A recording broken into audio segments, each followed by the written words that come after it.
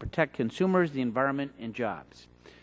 First, we're going to consider H.R. 906, an important regulatory relief bill authored by Mr. Whitfield that will allow energy-saving thermal storage water heaters to continue being manufactured and sold.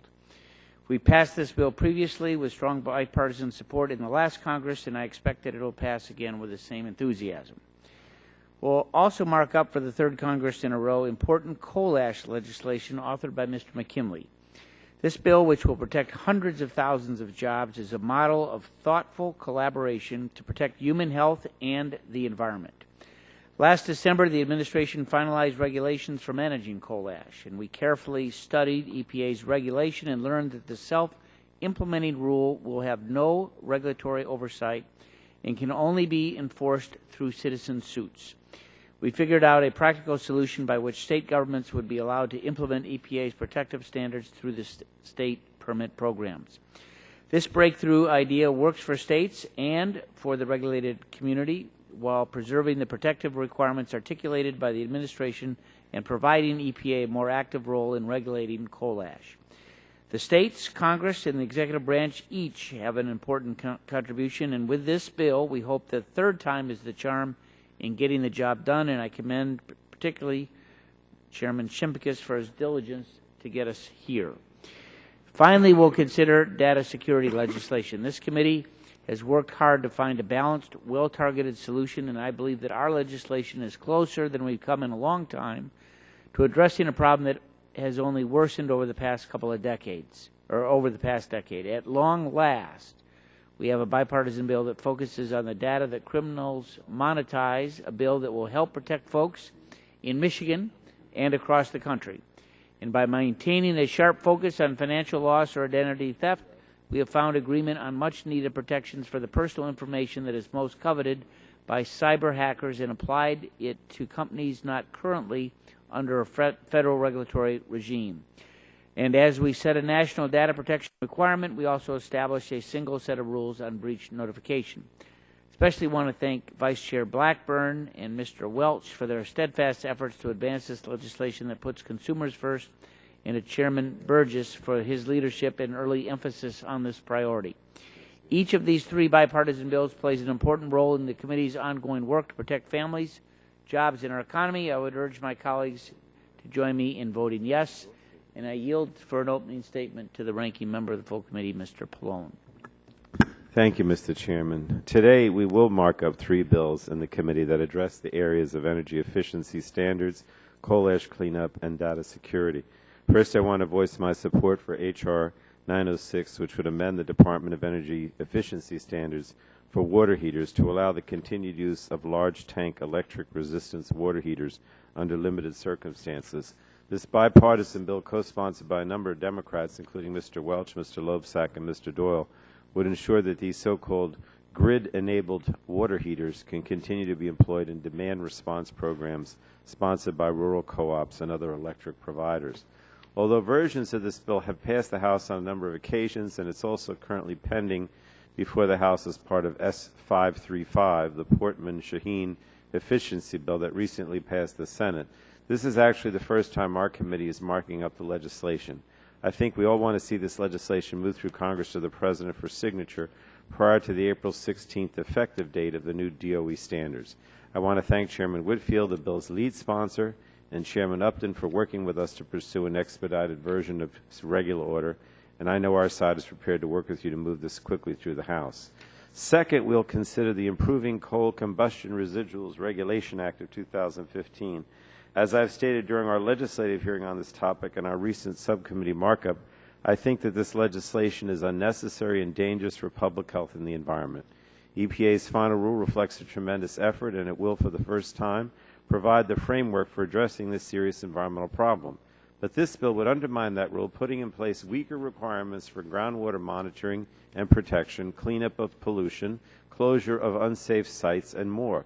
The bill would also create a new model of delegation to states with a sharply curtailed role for EPA. It's a bad solution for coal ash and a bad precedent, and I will urge my colleagues to oppose it. Today, we also mark up a draft data security and breach notification bill. As I've said repeatedly, I want this committee to take action to reduce data breaches and their adverse effects Unfortunately, the bill before us does not do that, and worse, it weakens existing consumer protections. Many of the 51 state and territorial breach notification laws provide greater protections for consumers. On just the trigger for noticing consumers, 38 state laws are stronger than this bill, providing notice in more circumstances, thereby allowing consumers to mitigate harms. Rather than addressing some of the major problems raised at the legislative hearing and subcommittee markup, we've heard rumors from stakeholders that we'll likely see various amendments tomorrow that make substantive changes but do not address the fundamental problems with the bill. These include changes to the data security obligations imposed on cable and satellite providers, the right to notice of a breach of health information in certain states, and the Federal Trade Commission's ability to seek adequate penalties. For example, one stakeholder expressed concern that the vague security standard leaves companies unsure of what is required of them. But I believe the solution is to clarify the security requirements through more robust language or rulemaking, not to limit FTC fining authority. Another stakeholder who provides communication services explained that his company would rather take his chances with after-the-fact FTC enforcement instead of before-the-fact obligations under the FCC's regulations. That is not how we should legislate. No one questions the FTC's expertise in data security, but as primarily an enforcement agency, the FTC currently lacks the tools to effectively handle the unique data security, breach notification, and privacy issues of communication services. In closing, I just again must raise a procedural issue. The base text we're marking up today, or I guess tomorrow, is significantly different than the draft forwarded by the subcommittee. The work of the subcommittee at the markup last week has been almost completely overridden, and we here will have significant new language tomorrow morning. That's not a good reflection of our committee, and I hope that we can correct this for future action. I think I've proven over the last 3 months that I can stand ready to work with my Republican colleagues if we truly work together and not just make that claim. So I urge my colleagues to reject the draft data security bill and instead support the substitute that will be offered that I believe can garner the support of the whole House. Thank you, Mr. Chairman. I yield back. Gentleman yields back. The chair would remind all members that pursuant to committee rules, all members' opening statements will be made part of the record. Are there further opening statements? And the chair would recognize the gentlelady, the vice chair of the full committee, Ms. Blackburn, for 3 minutes. Thank you, Mr. Chairman. Consumers do want assurances that their data and their virtual you, as I term it, will be protected in cyberspace. 2014 was dubbed the year of the breach, and the American people are asking Congress to take some action and provide some clarity. H.R. 1770, the Data Security and Breach Notification Act of 2015, is a step in the right direction. It articulates a uniform national standard for data security and breach notification that will protect consumers and provide industry with guidance. Data breaches cost consumers $100 billion a year, and the U.S. economy about 508,000 jobs each year. I want to reiterate that this is a narrow bill. It is purposefully a narrow bill that requires entities under the jurisdiction of the FTC that collect and maintain personal information of individuals to secure such data and provide notice to affected individuals in the event of a breach. This bill is a bipartisan effort crafted with substantial input from Republicans, Democrats, and affected industries. Our country cannot spare the trillions of dollars in cost or the loss of 5 million jobs that will come with another 10 years passing and no federal guidelines and legislation. The time to act is now, and we ask for your support. I look forward to continuing to work on the issue, and I yield back. Gentlelady yields back. Chair would recognize the gentleman from Texas, Mr. Green, for an opening statement. Thank you, Mr. Chairman and Ranking Member, for holding the hearing, today's markup on coal ash, data security, and grid-enabled water heaters. On coal ash, our subcommittee has looked at the issue of coal ash for the past several Congresses. I have supported legislation in the past 2 Congresses that coal ash needs to be regulated under Subtitle D of the Resource Conservation and Recovery Act, RCRA, which would ensure that the recycling of coal ash continues without disruption. The beneficial reuse of coal ash is responsible for tens of thousands of jobs throughout our country, helping our economy and our environment. The Improving Coal Combustion Residuals Regulation Act, introduced recently by Congressman McKinley of West Virginia, succeeds in creating a state-based permitting program that will regulate under some Title D and set important monitoring, structural, and safety standards in the statute. The legislation is not perfect, but I believe it is a clear improvement over current law and will help protect communities near facilities and impoundments. For these reasons, I support the McKinley bill, and I hope it will provide the certainty needed for communities, recycling industry, and the utilities. Data security, I'd like to thank my colleagues, both Mr. Welch of Vermont and Ms. Blackburn of Tennessee, for their hard work on the Data Security and Breach Notification Act. The Data Security and Breach Notification Act will improve data security protections and ensure that consumers are protected under a single federal standard rather than imperfect state patchwork that currently exists. I'm pleased to see that the bill gives the state attorney generals the ability to impose large fines for safety violations and consolidates federal authority under the FTC, who has no limitations on the amount of potential fines. With the increasing frequency with these attacks keep occurring, legislative action is sorely needed. I appreciate the thorough vetting process the bill has gone through and hope the committee will continue to operate in a bipartisan manner as we move forward in addressing this issue. The grid-enabled water heaters. Home water heating is the second highest heating cost in a home. This means that folks who are paying significant amounts of money each year for hot water. More importantly, H.R. 906 has a wide-ranging impacts on our national grid. Demand response and energy storage are issues that we must address if we are to meet the environmental challenges of the next decades. I've said repeatedly, energy saved is an energy we don't have to generate. We need to do things more efficiently, and it seems to me that water heaters are low-hanging fruit. If we can do the easy things first, as we say in Texas, that's close enough for government work. I hope to continue to support energy efficiency measures and bills similar to H.R. 906. And I yield back my time. Chairman yield back. Chair would recognize for an opening statement the Chairman Emeritus of the committee, Mr. Barton from Texas, for 3 minutes. Well, thank you, Mr. Chairman. Before I give my opening statement, I want to welcome back two former staffers for the committee. I see Mr. Jim Barnett and Mr. Will Carty out in the audience. And they're smiling because they're out there, not up here sitting behind us. But we're glad to have both of those gentlemen here today to hear the opening statements. Mr. Chairman, I'm happy to see that you're going to mark up at full committee tomorrow 3 bills, the coal bill, the water heater bill, and, of course, the data breach and security bill. I'm not a member of the subcommittee that marked up the data security breach bill in subcommittee. Mr. Burgess chairs that subcommittee, and I'm not on it this year. I'm going to have a number of amendments to that bill that have been shared with committee staff. I hope some of them will be accepted. I do plan to vote for final passage for all 3 bills, but I will be offering some amendments on the data security. And again, you know, hopefully some of those amendments will be accepted, but on final passage I will be there.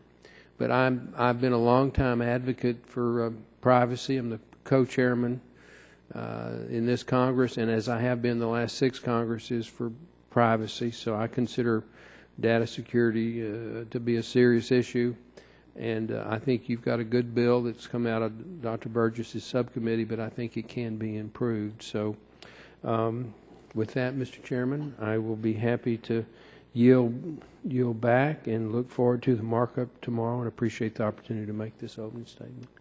Thank you. Chair would recognize for an opening statement, gentleman from Vermont, Mr. Welch. Thank you very much, Mr. Chairman. I want to take up where Mr. Barton left off. This bill, the data breach security bill, probably could be improved. You presented a very good bill with Chairman Rush. And in fact, I understand there may be some proposal to offer that as a substitute. I think that was an excellent bill. I voted for it before, and I'd vote for it again. We're in a new Congress, and we've got a new situation. But what's not new is that people's data is being breached every single day. And the inability of Congress to come up with a solution that provides them with protection and provides them with notice when there is a breach means that consumers continue to be threatened until and unless this Congress passes the legislation that we all know we need. We're having legitimate debates about how best to do that, but this is a job that needs to be done. Mr. Barton, thank you for your leadership on this. The question of preemption comes up on this legislation. I am normally against preemption. I think it's tremendous that states have the opportunity to be the laboratory of democracy. But this is a situation where preemption is maybe necessary in order to protect consumers. If you have good state laws and they are bounded by the four corners of that state, and the Internet is not, it's not only unbounded by those state boundaries, it can go anywhere in the world, then where is the protection for the consumer who lives in a state where there's a good law? Vermont's an example of that. But the breach occurs with a company in, say, Montana or Texas or New York. Can our AG do much? Is there much jurisdiction? Is there any protection for that consumer? The fact is, it's fine if it's in Vermont and it's a Vermont company. But this is a situation in the modern world with the Internet that if we actually want to provide consumer protection, then we've got to do something that provides a national standard of protection. I want the strongest possible standard. There's been a lot of negotiation on this. I look forward to some of these amendments. Maybe we can tighten it up and still get the votes. But we have got to get this done. The second question is whether the FTC should be given authority to impose civil penalties and in the process get all of the coterminous jurisdiction that the FCC had in this space. There is a policy agreement here that we don't want there to be any consumer gap, even if there's a jurisdictional transfer. And the bottom line for me is not who has jurisdiction, it's do consumers get protected? And if they're getting protected by the language we provide, and there's no gap, and I'm satisfied in the language, Mr. Chairman, working with Ms. Blackburn, that we have no gap, then we're going to provide that protection. Finally, there's been a big debate about enforcement. In this bill, we have federal enforcement with the FTC. We have local enforcement with our own attorneys general. And outside of the four corners of this legislation, if there has been a common law violation, then individuals have a right of action, as they do in any other sphere under the American system of justice. So bottom line here, we have a problem that both sides agree is a problem. We have a history here of hard work by folks like Mr. Barton and Mr. Rush, by Senator Rockefeller, by Senator Nelson. But the difficulty of coming to final terms has stood in the way of us giving to the consumers the protection they need. Tomorrow's our opportunity to make that happen. I yield back. Appreciate the gentleman's statement. Chair would recognize the gentleman from Illinois, Mr. Shimkus, for an opening statement. Thank you, Mr. Chairman. I want to speak on Mr. McKinley's bill, the Improving Coal Combustion Residual Regulation Act of 2015. The bill we're marking up tomorrow is carefully crafted compromise addressing the implementation issues of the final rule by creating enforceable state permit programs that incorporate the technical requirements EPA established for coal ash. In the wake of the hearing, we received technical assistance from EPA, and the bill reflects improvements made as a result. Two key issues raised by EPA were one is transparency, and that permit programs must ensure certain information be made publicly available on the Internet, and two, permit programs must address all releases. The bill now requires information made publicly available must be made available on the Internet, and if implementing agency exercises the flexibility availability under the legislation, the agency must also make that information publicly available. The bill also clarifies the implementing agency will require corrective action for every release, but for releases other than releases to groundwater, the implementing agency may require corrective action under another applicable state or federal law, so long as the level of protection is the same as corrective actions under the final rule. The bill is a win for everyone, and what we did was take the rule and we're just codifying the protection. So the bill is a win for everyone. For EPA, because their protective technical requirements for coal ash will be implemented through enforceable permits, and because they will have a far more significant oversight role for coal ash than they would under the final rule. For states, because they will be able to immediately develop permit programs and they will know exactly what the permit programs must contain. And for the regulated community, because they will have the benefit of enforceable permits and state regulatory oversight to help them interpret and implement the requirements. I urge my colleagues to vote yes. Again, I thank Mr. McKinley for bringing the legislation forward. And with that, Mr. Chairman, I yield back. Chairman yields back. Chair would recognize the gentlelady from Illinois, Ms. Schakowsky, for an opening statement. Thank you, Mr. Chairman, for holding tomorrow's markup on 3 bills. I support H.R. 906, which would enhance efficiency standards for grid-connected water heaters. I strongly oppose the Improving Coal Combustion Residuals Regulation Act, which will weaken environmental and public health protections against dangerous toxin. But I would like to focus my remarks on the 3rd bill we will consider tomorrow, the Data Security and Breach Notification Act. I have serious concerns with the bill. I believe that I want to address them before it moves out of committee. I'd like to see that happen. Over the past decade, almost 1 billion records with personal information have been compromised. The trend is becoming all too common, with another major breach impacting more than 10 million Americans reported at Premier Blue Cross just last month. We all agree that we should enhance protections against data breach and provides consumers with relevant information in the event of a breach. Unfortunately, this bill misses the mark on both fronts. I appreciate some of the improvements this bill would make to existing law, including providing the FTC with penalty authority and adding nonprofits to the definition of covered entity. I have heard we may see amendments tomorrow that further improve the bill since the subcommittee markup. Those changes could include allowing states to enforce existing standards regarding health information and providing the FTC with limited authority to hold telecommunications, satellite, and cable providers accountable for protecting personal information. Those are necessary improvements, but even if added to the bill, they are not sufficient. This bill, if this bill is enacted, consumers will be worse off than they are today. I quote from the Attorney General of Illinois, Lisa Madigan, quote, "With its broad preemption provisions, narrow focus, the bill you are currently considering will only weaken data security in this country and harm consumers." But the major concerns raised at the subcommittee markup last month are still unresolved. First, everyone in this room should understand that this bill would eliminate existing consumer protections enforced not only in Illinois but states around the country. If you live in Alaska, Arkansas, California, Colorado, Connecticut, Delaware, and District of Columbia, Georgia, Guam, Hawaii, Idaho, Kansas, Louisiana, Maine, Maryland, Massachusetts, Michigan, Minnesota, Mississippi, Montana, Nebraska, Nevada, New Hampshire, New Jersey, New York, North Carolina, North Dakota, Oregon, Pennsylvania, Puerto Rico, South Carolina, Tennessee, Texas, Vermont, and Virgin Islands, Washington, or Wyoming. This bill would prevent you from being notified about breaches for which your state currently requires notification.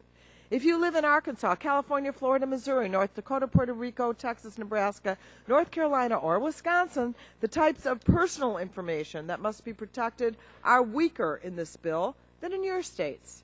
Even state consumer protection statutes that allow attorneys general to prosecute failure to protect consumer data would be undermined by this bill. At the federal level, safeguards enforced by the FCC would be lost in the move to the FTC.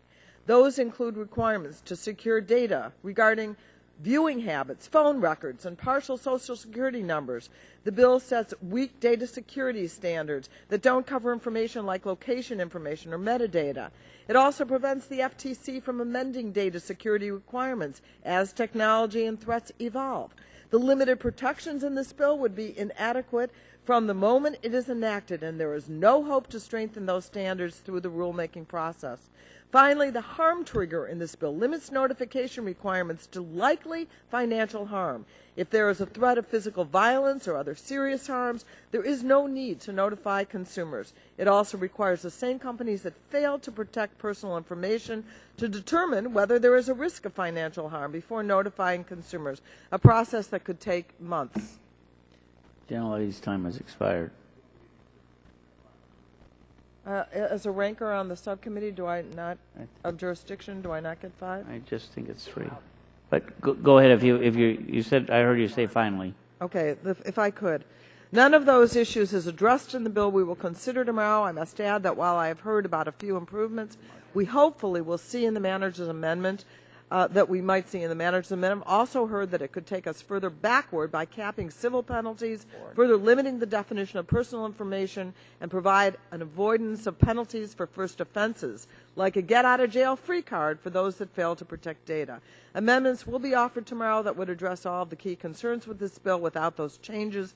The bill is a step backwards. I hope and expect that those improving amendments will receive the full support of this committee so that we can send a truly comprehensive bill to the floor. Again, I thank the chairman for holding this markup. Yield back. Ladies' time expired. The chair would recognize Mr. Latta for 3 minutes. Thank you, Mr. Chairman. And today we're considering three important pieces of legislation: the Improving Coal Combustion Residuals Act, Regulations Act of 2015, H.R. 906, legislation to modify the efficiency standards for grid-enabled water heaters, and the Data Security Breach Notification Act of 2015. Under the EPA's final coal ash rule, states and owner-operators have expressed concern about two sets of requirements: self-implementation and enforcement being through citizen suits, most likely leading to different regulatory interpretations and potential further federal regulation. In states like Ohio, coal provides nearly 70% of the net electricity generation. EPA has previously completed two regulatory determinations that coal ash is not warranted as hazardous under Subtitle C. Given this and numerous regulations being placed on coal and energy industries, I believe it's imperative that coal ash is regulated in a safe manner that provides clarity and greater confidence so we can continue to ensure our national energy growth and affordable energy for all Americans. The Improving Coal Combustion Residuals Regulation Act of 2015 achieves these goals, and I'm pleased to be an original co-sponsor on the bill. I'm also pleased to be an original co-sponsor on H.R. 906, which would modify the efficiency standards for grid-enabled water heaters. There are 7 rural electric cooperatives in my district, and all 7 use voluntary demand response programs to reduce peak demand, increase the use of renewable energy, and to decrease costs to the consumers. This legislation permits the continued manufacturing of electric resistance water heaters above 75 gallons for use in thermal energy storage and demand response programs. Enabling the manufacturing of these water heaters is vital for demand response programs to continue. I hope the committee will advance this legislation due to the impending deadline. Finally, I am pleased that the Data Security Breach Notification Act is being considered. This bill would establish clear, uniform standards that would help companies protect against and respond more efficiently and effectively to data breaches. It's vital that consistent standards are put into place to protect sensitive information and to mitigate costs to consumers and the economy. I urge my colleagues to support all 3 of these bills before the committee today. Mr. Chairman, I thank you and yield back. Gentleman yields back. The chair would note that there are 9 minutes remaining on the votes on the floor, so I'll yield briefly to Mr. McKinley. Thank you, Mr. Chairman, for bringing the coal combustion residual before this committee. And thank you to the subcommittee chairman, Shimkus, and his staff. They've been a solid commitment, both in their work and in the council, the staff, and the chairman. The bill is a result of 4 years of negotiations. It was crafted with the help of the state environmental and solid waste officials, committee staff, and with the input from the EPA. Simply put, this bill will bring closure and certainty to an issue that has been unresolved for over 30 years. Unfortunately, when it was unveiled last December, the final rule did not provide the level of certainty that the end users of recycled coal ash needed. Our bill codifies most of the standards laid out in that ruling, but it ensures that the states have the flexibility to make their coal ash programs work and are able to complete it within a reasonable time frame. It guarantees that every state must have a coal ash permit program and that every program meet the standards set forth under the finalized rule. The legislation further provides closure and certainty, while the December rule left too many questions on the table. I urge the committee to pass this common sense compromise and finally put this issue behind us. I yield back. Chair would recognize briefly Mr. Bill Rackus from Florida. Thank you, Mr. Chairman. I appreciate it. I'm enthused that we are quickly taking up H.R. 906, a bill to modify the efficiency standards for grid-enabled water heaters. A main goal of this committee is to keep our country on an efficient energy track, and I think this bill demonstrates that effort. It is important to allow the continued production of electric resistance water heaters while preventing an unauthorized use and initiating usage reporting requirements. In doing so, we are providing a tailored and responsible way to ensure that consumer costs remain low and their energy service continues to be reliable and the production of more efficient energy system remains to be incentivized.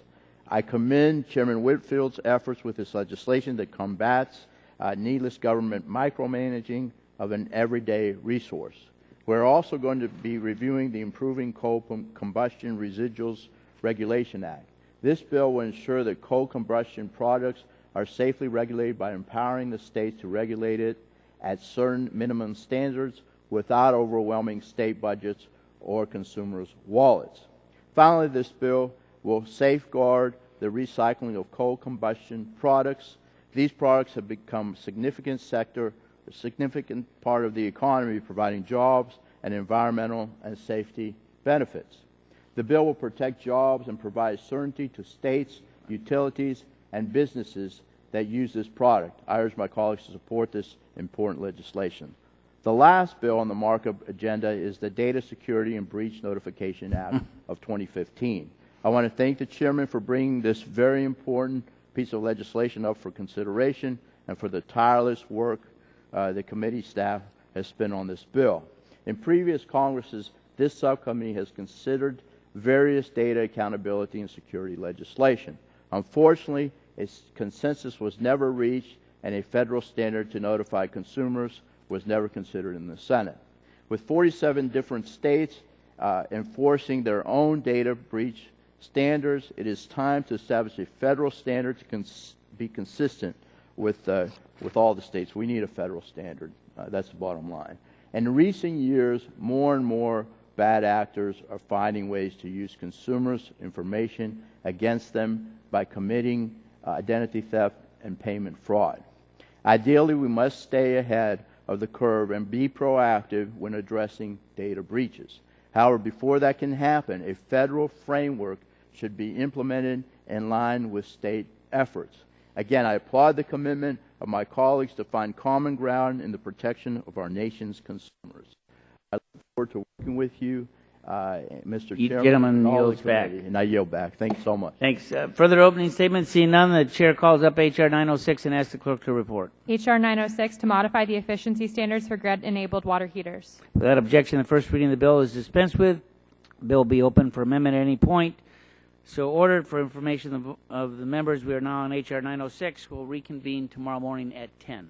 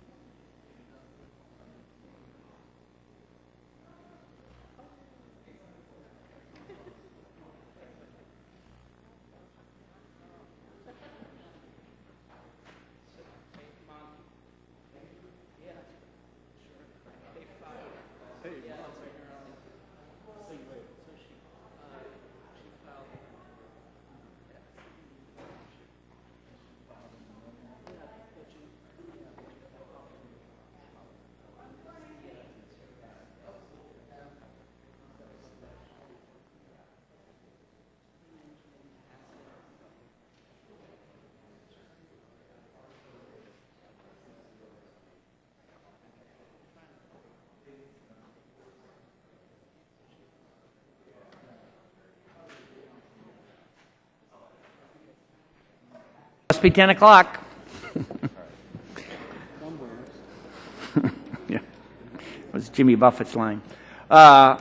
Committee will come to order. And at conclusion of opening statements yesterday afternoon, the Chair called up H.R. 906, and the bill was open for amendment at any point. And the Chair would recognize Mr. Whitfield for the purpose of offering an amendment. Well, thank you, Mr. Chairman. And since you mentioned Buffett, I wanted to talk about Dire Straits because some of you may remember Dire Straits had this wonderful song about selling microwave ovens, refrigerators, and color TVs. and 906 is about hot water heaters, which is very important. But my amendment. Let's let the clerk report the amendment first. Amendment to H.R. 906 offered by Mr. Whitfield of Kentucky. And without objection, the reading of the amendment is dispensed with, and the gentleman is recognized for 5 minutes in support of his amendment. Yeah, now I can continue talking about dire straits. But no, let me just say that, first of all, 906 is a bill that was voted on twice now by the House and Senate. And I particularly want to give some thanks to Representative Welch, Latta, Lobsback, Kramer, and Doyle, all who have worked on this bill. Now, this bill basically corrects a problem that has been posed by the Department of Energy.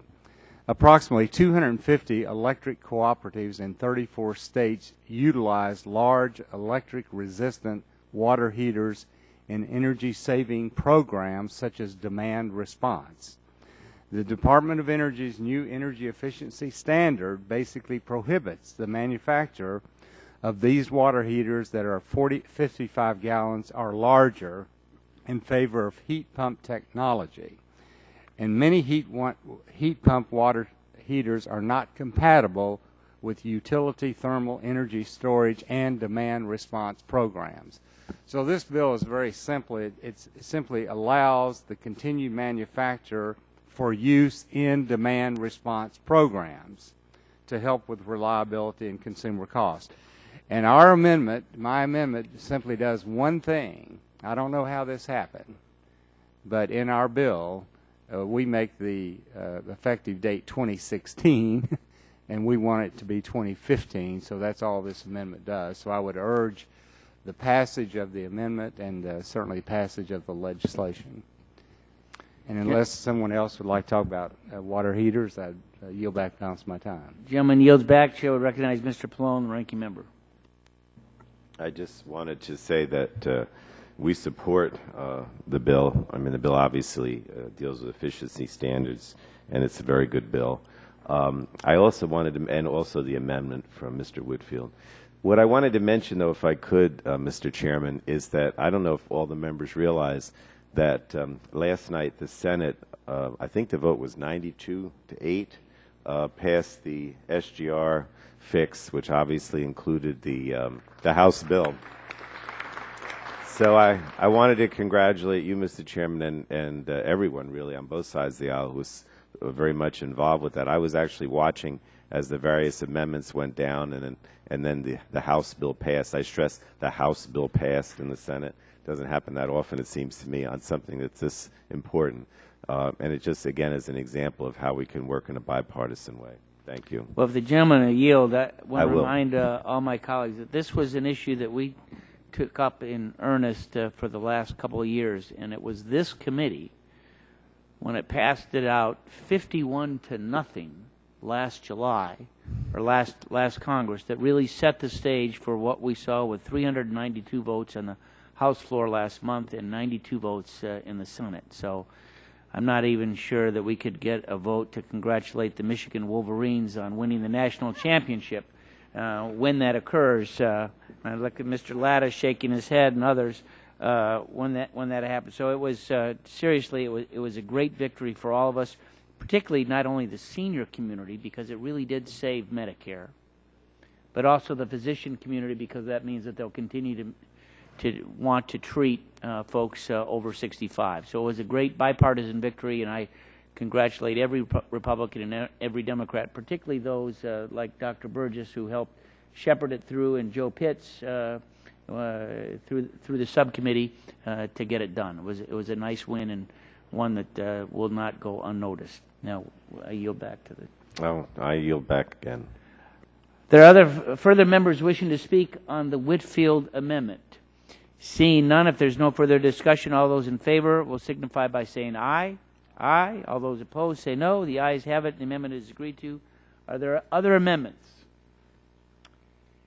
Seeing none, the vote occurs now on reporting H.R. 906 as amended to the House. All those in favor will signify by saying aye. Aye. All those opposed say no. The ayes appear to have it. The ayes have it, and the bill is favorably reported. The chair now calls up H.R. 1734, and ask the clerk to report. H.R. 1734, to amend Subtitle D of the Solid Waste Disposal Act to encourage recovery and beneficial use of coal combustion residuals and establish requirements for the proper management and disposal of coal combustion residuals that are protective of human health and the environment. Without objection, the first reading of the bill is dispensed with, and the bill will be open for amendment at any point. Are there any bipartisan amendments to the bill? Seeing none, are there any other amendments to the bill? Seeing none, good work, Mr. McKinley. The question now occurs. Oh, I'm sorry, which gentleman? Oh, you want to speak? Chair would recognize the gentleman from New Jersey for 5 minutes. Well, I mean, I just wanted to strike the last word, Mr. Chairman, and I'll be brief. You know, obviously, you know, in the subcommittee and the hearing, I was very much opposed to this bill, and I urge my colleagues to join me in opposition. It would undermine the health protections in EPA's final coal ash rule, putting human health and the environment at greater risk. It would give greater leeway to electric utilities to continue dumping their garbage in massive unlined ponds without taking basic safeguards. It's no surprise that the utilities are supporting the bill. But, you know, public interest groups, state legislators, concerned citizens. Yesterday I received from 290 groups, legislators, and concerned citizens letters or emails opposing the bill because it would delay or eliminate important health protections, including the national minimum standards for protection of drinking water. And all these groups oppose the bill because it will block effective oversight of state programs and limit public access to information. And they also oppose it because it's unnecessary. As they note, EPA has at long last finalized a federal rule for coal ash disposal that addresses the concerns of the electric industry and coal ash recyclers. The situation has changed dramatically since the last time coal ash legislation was considered in the House, and there's no longer any reason to support this bill. Past concerns that EPA would not be able to finalize the coal ash rule no longer have merit because EPA has done so. Past concerns that an EPA rule might characterize coal ash as hazardous or block beneficial reuse are no longer relevant because EPA chose to regulate ash as non-hazardous and protect beneficial reuse. So some may say today that this bill is needed to provide the industry with certainty that EPA won't someday change its rule. But EPA has no plans to change the rule, and any effort to do so would require a lengthy process with public notice and comment. The bottom line is, at the subcommittee markup last month, I offered an amendment to ensure that all the requirements included in EPA's final rule would be included in state programs under this bill, and the majority rejected that amendment. So no one should be fooled into thinking that this bill embodies the requirement of the final rule. We're not offering any amendments today because at this point I don't think the bill can be fixed, Mr. Chairman. But again, the legislation is unnecessary, dangerous for public health and the environment, and I urge my colleagues to oppose it. Would the gentleman yield on just Yes. Just to make this go quickly? And I appreciate my colleagues' comments. All we are trying to do in the legislation is to codify, put in the statutory language, the EPA guidance. There was 3 problems. There is really no enforcement mechanism, so we tried to move and have a state permitting program. There is open-ended because based upon our reading of the regulation is that it would allow citizen suits to help determine the standards, and so we cleaned that up in this legislation. And the open-endedness of the subtitle D toxic identification creates uncertainty in the recycling sector. So for those reasons, we want to move the bill. We know you have issues with it, and appreciate you letting me have some time to speak on the bill. Well, sure. I mean, the problem I have, again, is that I think the EPA's final rule reflects a tremendous effort and for the first time provides a framework for addressing this serious environmental problem. But this bill would undermine that rule and put in place weaker requirements for groundwater and protection and cleanup and closure of unsafe sites and more. And I think it creates a new model of delegation to states with a sharply curtailed role for EPA. So, again, I think it's a bad solution for coal ash, a bad precedent, and I'd urge my colleagues to oppose it. Unless anybody wants my time. Oh, yeah. Go ahead, Mr. Tonka. Mr. Chair, I move to strike the last word. Gentleman still has, Mr. Pelosi, do you want? Do you want your own time, You want your own time? Mr. Tonko? Oh, then I'll yield back. Gentleman from New York. Yes, Mr. Chair, I move to strike the last word. I don't want to take a lot of time on this, but just want to state my opposition to the bill. I believe it's premature and would undermine important national safeguards contained in EPA's final rule, a rule that will become final this week. The rule is the result of extensive stakeholder input and compromise. It offers something to all stakeholders. This bill does not. This bill is an attempt to undermine the 6 years of work done by EPA and the entire stakeholder community to craft a balanced approach to deal with a very serious problem. We should concentrate our efforts on oversight. The rule will take time to implement. The problems with this rule are speculative, and the problems of improper coal ash disposal are not. It is long past time to address the problems that we know exist, problems that have not been solved by state-based regulation. So Congress may need to step in at some time in the future if this rule proves to be ineffective, but now is not the time. So, Bill, and encourage my colleagues to do the same. With that, Mr. Chair, I yield back. Gentleman yields back. Other members wishing to speak on the bill?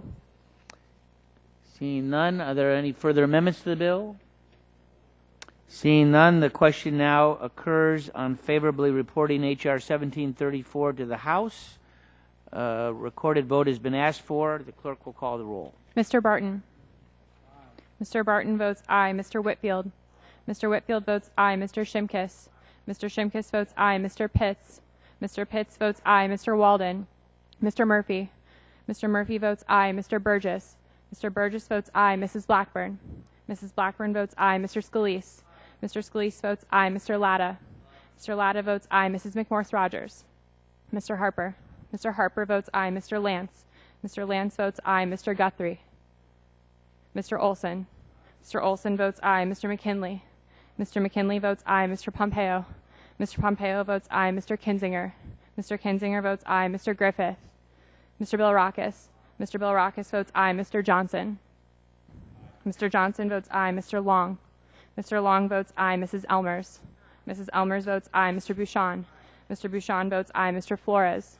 Mr. Flores votes aye. Mrs. Brooks. Mrs. Brooks votes aye. Mr. Mullen. Mr. Mullen votes aye. Mr. Hudson.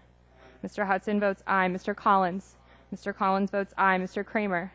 Mr. Kramer votes aye. Mr. Pallone. Mr. Pallone votes no. Mr. Rush. Mr. Rush votes no. Ms. Eshoo. Ms. Eshoo votes no. Mr. Engel. Mr. Green. Ms. DeGette. Ms. Capps. Ms. Capps votes no. Mr. Doyle. Mr. Doyle votes aye. Ms. Schakowsky. Ms. Schakowsky votes no. Mr. Butterfield. Ms. Matsui. Ms. Matsui votes no. Ms. Castor. Ms. Castor votes no. Mr. Sarbanes. Mr. Sarbanes votes no. Mr. McNerney. Mr. McNerney votes no. Mr. Welch. Mr. Welch votes no. Mr. Lujan. Mr. Lujan votes no. Mr. Tonko. No. Mr. Tonko votes no. Mr. Yarmouth. No. Mr. Yarmouth votes no. Ms. Clark. Ms. Clark votes no. Mr. Loebsack. Mr. Loebsack votes no. Mr. Schrader. Mr. Schrader votes aye. Mr. Kennedy. Mr. Kennedy votes no. Mr. Cardenas. Mr. Cardenas votes no. Chairman Upton. Votes aye. Chairman Upton votes aye. Other members wishing to, Mr. Butterfield. How's Mr. Butterfield? Mr. Butterfield is not recorded. Mr. Butterfield votes no. Mr. Guthrie. Mr. Guthrie votes aye. Ms. Kathy McMorris-Rogers. Mrs. McMorris-Rogers votes aye. Mr. Griffith. Mr. Griffith votes aye. Other members wishing to cast a vote? Seeing none, the clerk will report the tally.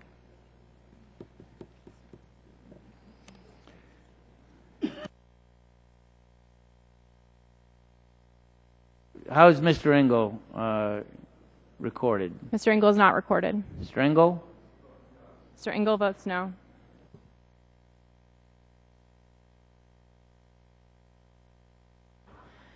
Mr. Chairman, on that vote, there were 32 ayes and 19 nays. 32 ayes, 19 nays. The bill is favorably reported, H.R. 1734, and the ayes have it, so it's favorably reported. Chair now calls up H.R. 1770 and ask the clerk to report. H.R. 1770, to require certain entities who collect and maintain personal information of individuals to secure such information and to provide notice to such individuals in the case of a breach of security involving such information and for other purposes. Without objection, the first reading of the bill is dispensed with, and the bill will be open for amendment at any point. And I'm going to strike the last word and just say this is a bill that I congratulate folks on both sides of the aisle as we have tried to get this bill ready for the House floor. And I will confess that it is not quite ready and probably won't be quite ready when we get to final passage later this morning or early this afternoon.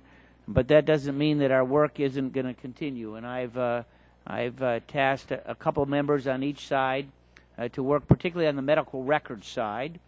I'm not comfortable with where we are yet, but I also know that with a couple more days we can be ready for what would be a bipartisan amendment on the House floor, and I am going to work particularly with both sides to see that if we can accomplish that and get it done in time for what should be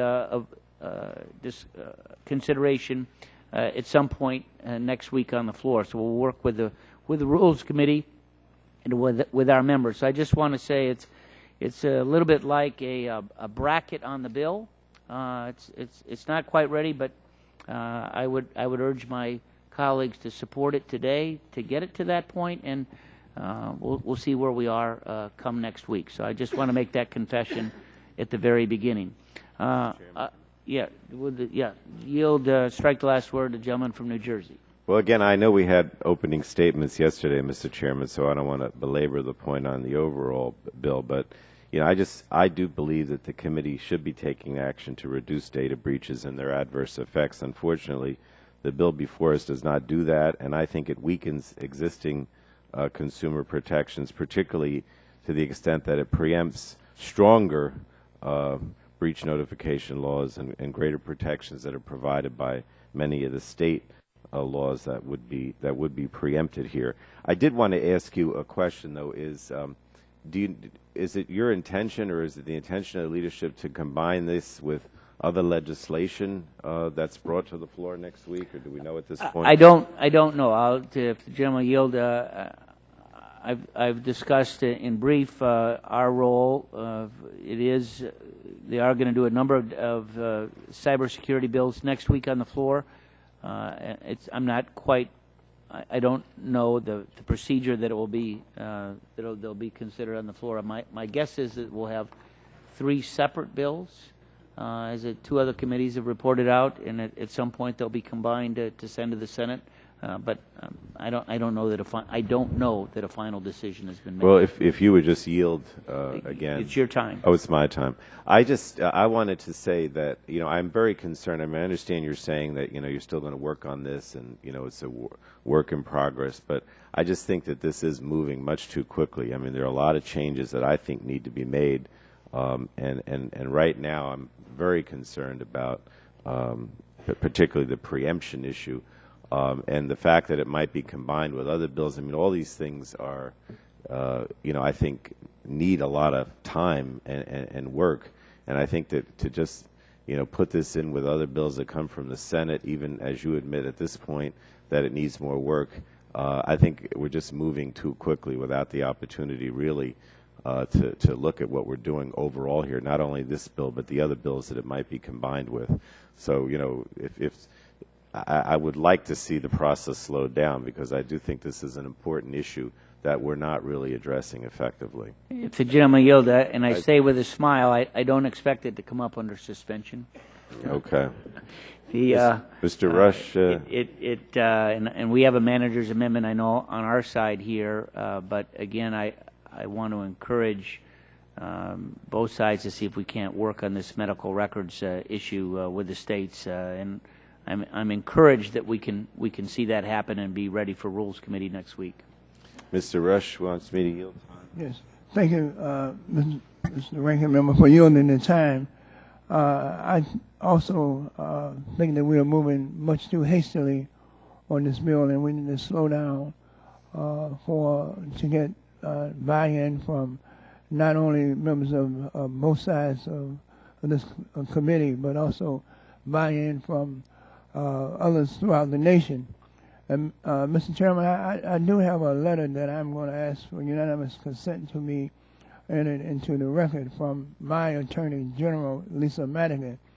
But I heard in the letter she states, the bill provides the appearance of action on data security at the federal level, while in reality it rolls back many of the data security protections that have been made at the state level in recent years and either replaces them with weaker provisions or deletes them entirely.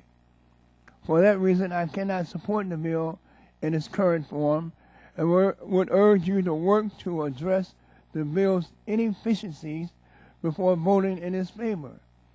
Based upon the feedback I have received from Illinois residents, I know that your constituents are opposed to a bill that decreases the protections currently available to them under Illinois law. And I end the quote. Mr. Chairman, I think my Attorney General has said it real clearly and plainly, succinctly, and I think that we're moving too fast. And what I would like to do, Mr. Chairman, is I request unanimous consent to enter. Without objection, it will be included as part of the record. Thank you. Gentleman yields back to Ms. Esch, you want her own time? Or? Okay. Strike the last word. Gentlelady is recognized for 5 minutes. Thank you, Mr. Chairman, and good morning to you. I'm encouraged by what you have said. This is an issue that needs to be addressed. It's a challenge to our country. We know that it is. I want to say to both Mr. Welch and to those on your side of the aisle that while the bill falls short and has issues, as you said, that need to be addressed, I give them credit for going at this issue because it is a challenge for our country that can be met, should be met, and again, I'm encouraged with what you said. The issue of health information and other issues really need to be addressed. So as my colleagues have said, they think that we're moving too fast. Whatever time we have, we should optimize it. And so if people think it's moving too fast, well, then we should put the pedal to the metal to, as I said, optimize time to address the challenges that are still left. So I'm very encouraged by your saying that you see where some of the shortcomings are and what need to be worked on, and if I can help in any way, I stand ready to do so. So I yield back. Thank you. Okay. Are there amendments? Any bipartisan amendments to the bill? Mr. Chairman. Oh, wait. I have an amendment. Is it a bipartisan amendment? It is. It is. Gentleman is recognized. Clerk will report the title of the amendment. Which number, sir? Yeah. Kinzinger 13, I believe it is. Yes. Amendment to H.R. 1770 offered by Mr. Kinzinger of Illinois. Gentleman is recognized for 5 minutes in support of his amendment. Well, thank you, Mr. Chairman. I also would like to thank Dr. Burgess, and I appreciate the committee's diligent work in crafting a bipartisan targeted data breach bill. I'd also like to thank Congressman Welch and McNerney for working with me on this amendment and working in a bipartisan fashion to help improve the underlying bill. This amendment's very simple. It would add email address in combination with a password or security question that would permit access to an online account to the definition of personally identifiable information. I appreciate the narrow focus of the draft bill takes on protecting consumers against economic harm, and I believe this amendment would strengthen that focus. Today, nearly every aspect of our lives makes its way into our email account. If you think about it, we receive monthly statements from our banks, credit card companies, student loan companies, and mortgage companies. Maybe we even send ourselves an email to remind us of our passwords for access to those same accounts. It's not the best practice by any stretch, but this is how the average consumer uses their email. More importantly, criminals know this as well. In short, a criminal could quickly build a profile by having access to your email, and it would almost certainly lead to consumer economic harm. That is why it's incredibly important for us to adopt this amendment to protect consumers. Again, I'd like to thank you and thank all that has worked with me, and I would encourage all of my colleagues to support this bipartisan amendment. The gentleman yield. I will.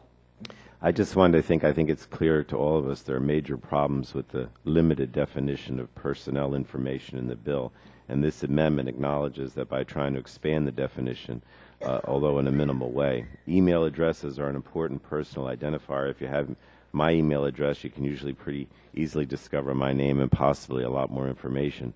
I'm also glad to see this amendment recognizes there are more types of financial account identifiers than listed in the bill, and there are also different types of passcodes, including some that are based on some other underlying code and can change from minute to minute. And I'll support this. I'll support anything that makes this bad bill better, even if it only is in small ways. But although I urge my colleagues to support this amendment, it does not contemplate other information that should be part of the definition.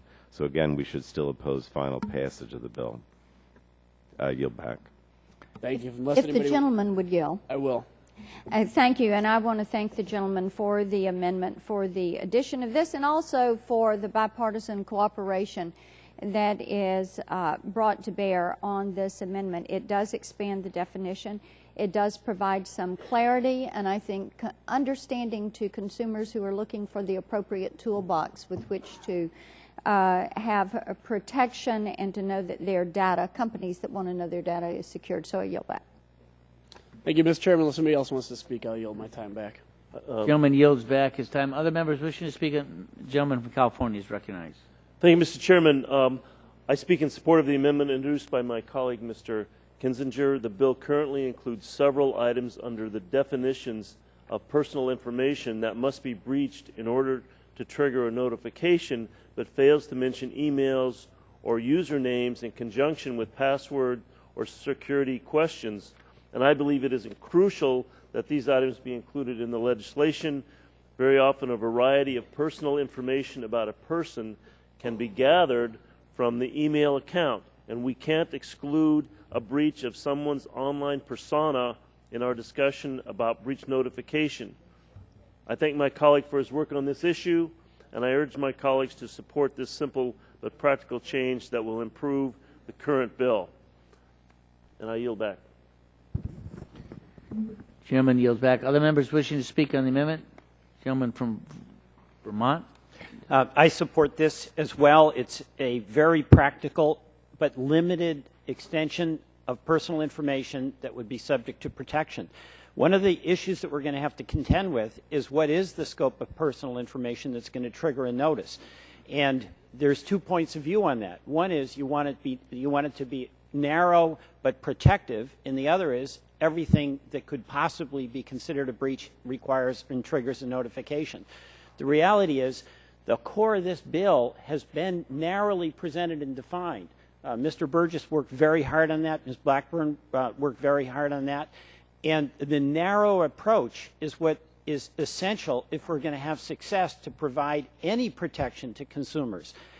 This amendment is very consistent with the necessity of having a narrow definition that, in my view, enhances the likelihood of consumers being protected. So I thank Mr. Kinzinger for this, this amendment. I yield back. Gentleman yields back. Other members wishing to speak? Seeing none, the vote occurs on the amendment offered by Mr. Kinzinger. All those in favor will say aye. Aye. Those opposed say no. The opinion of the chair, the ayes have it, and the amendment is agreed to. Are there other amendments to the bill?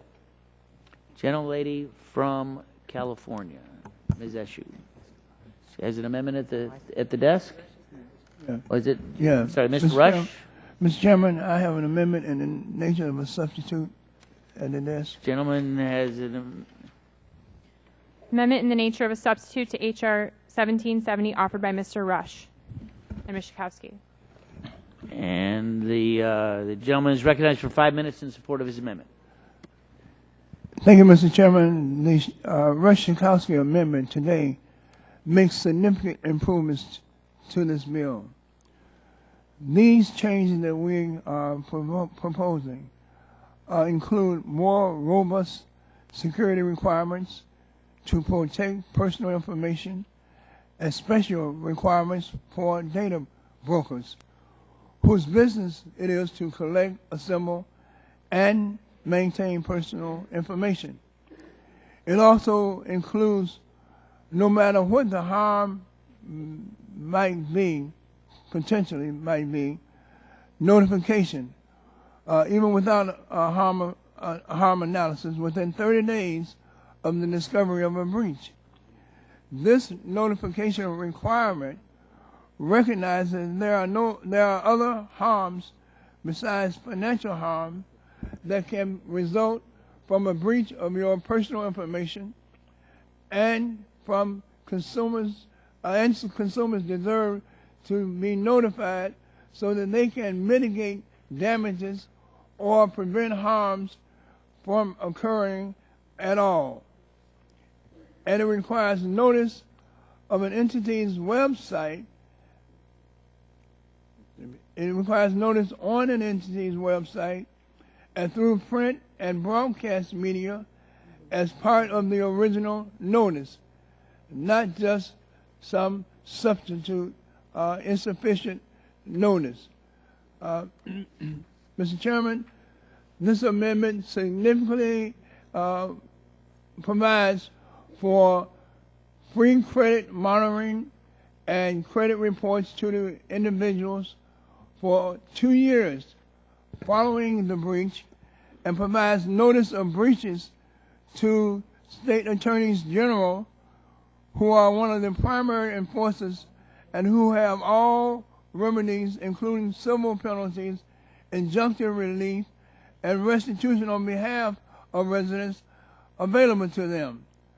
This amendment also plugs in enforcement that currently exists by extending application to common carriers and not-for-profits, while requiring that the FTC coordinate its enforcement efforts with the FCC and the CFPB to avoid duplicative enforcement.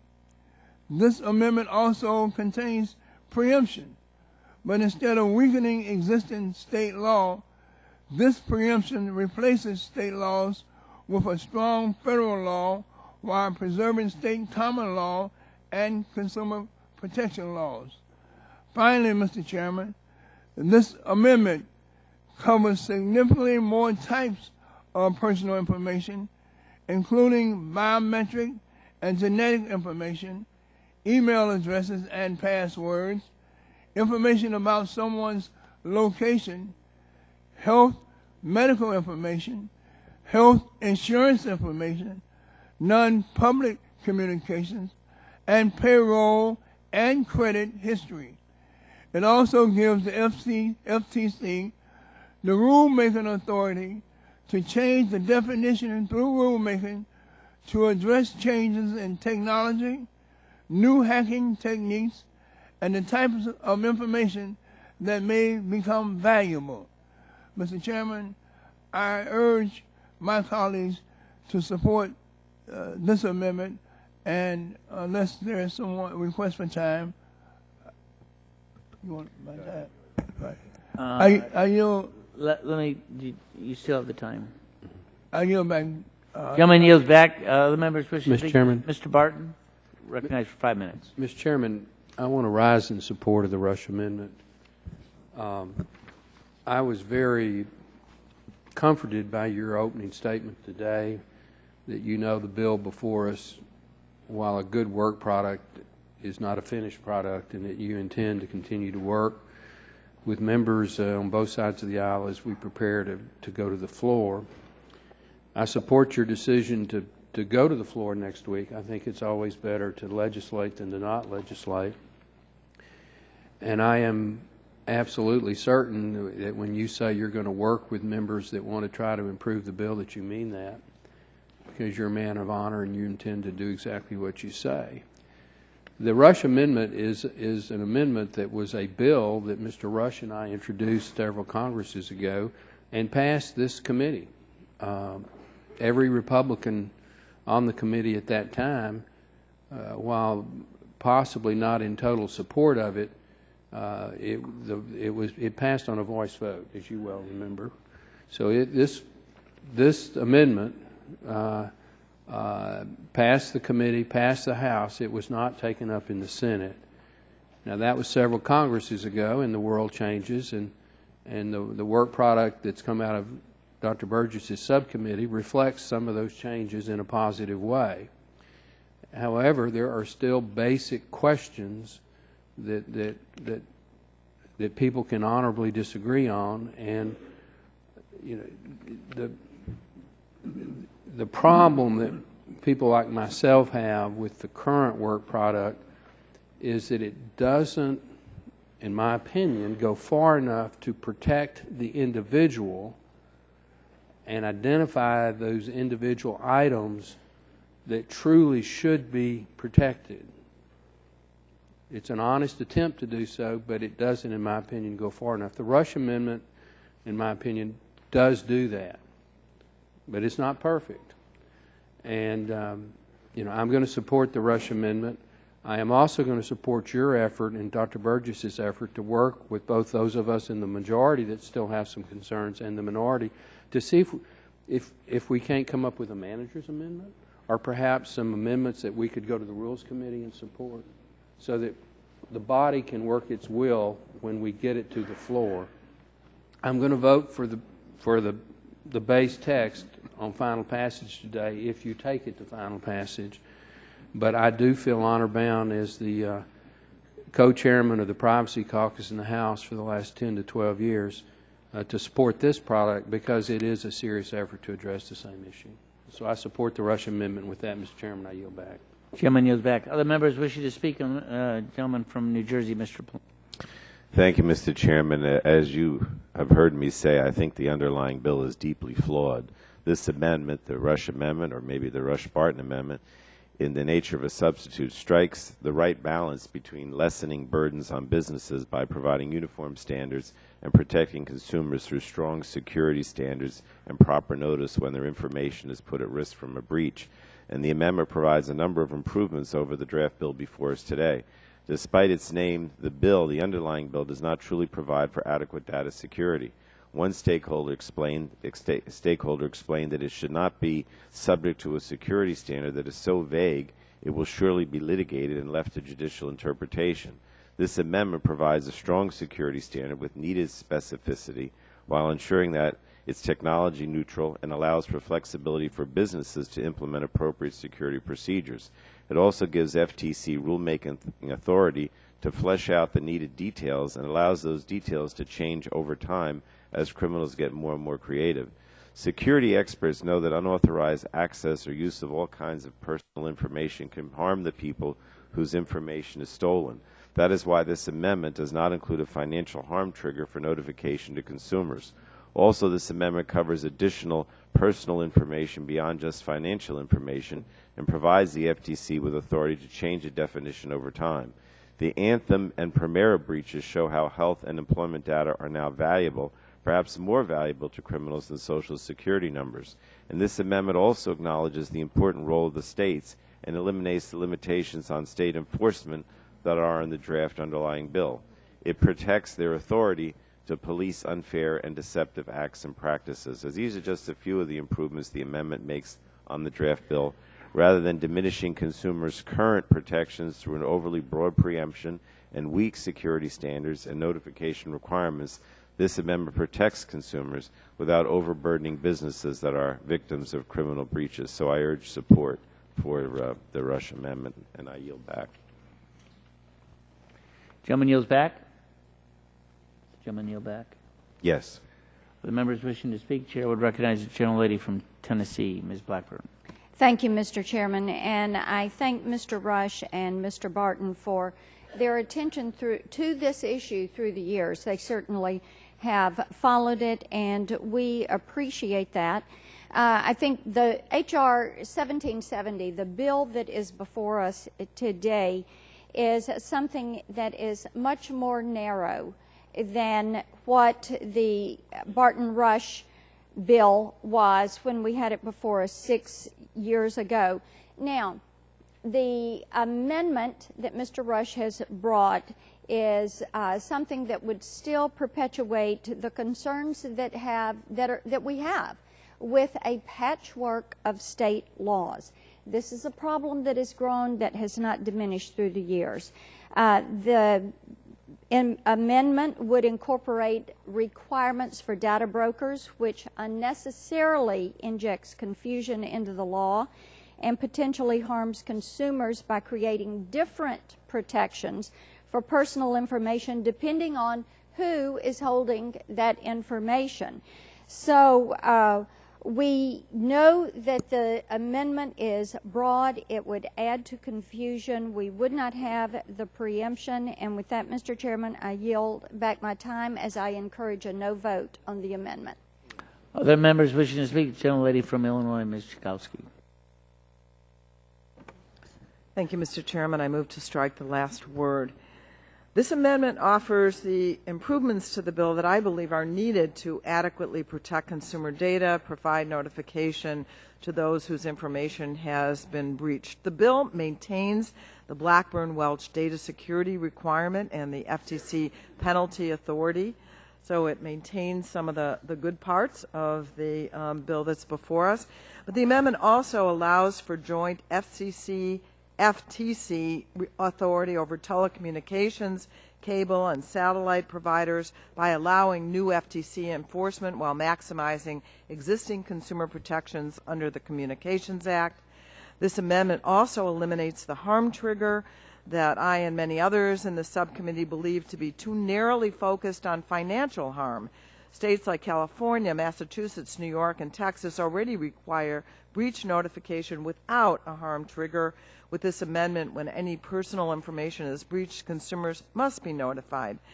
This substitute also expands the definition of personal information to include geolocation, which could be important for a person who's a victim of domestic violence, health-related, biometric, and email and social media account information.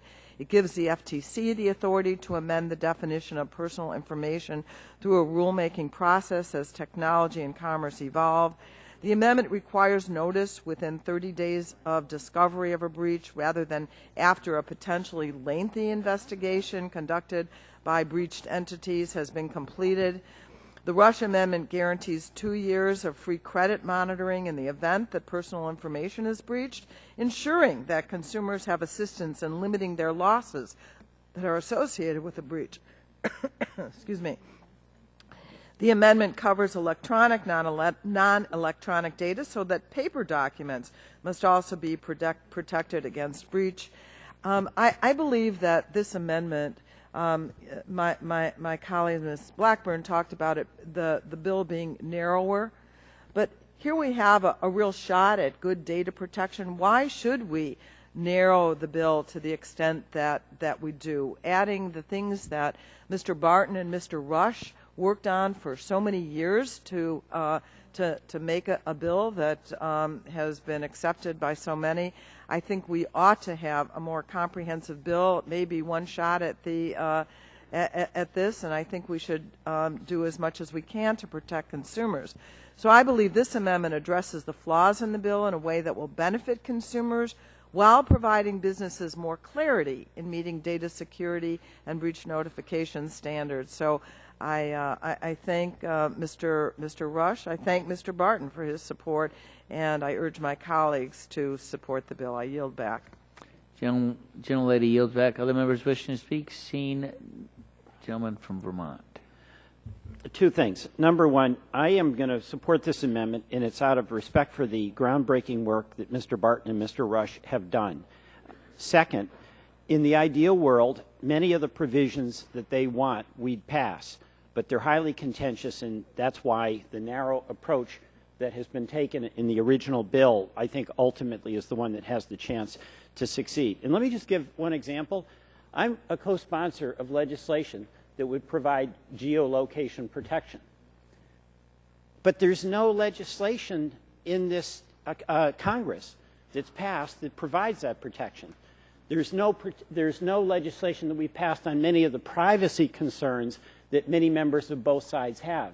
And one of the reasons we don't have that legislation is because we don't have anything close to a consensus on many of these things.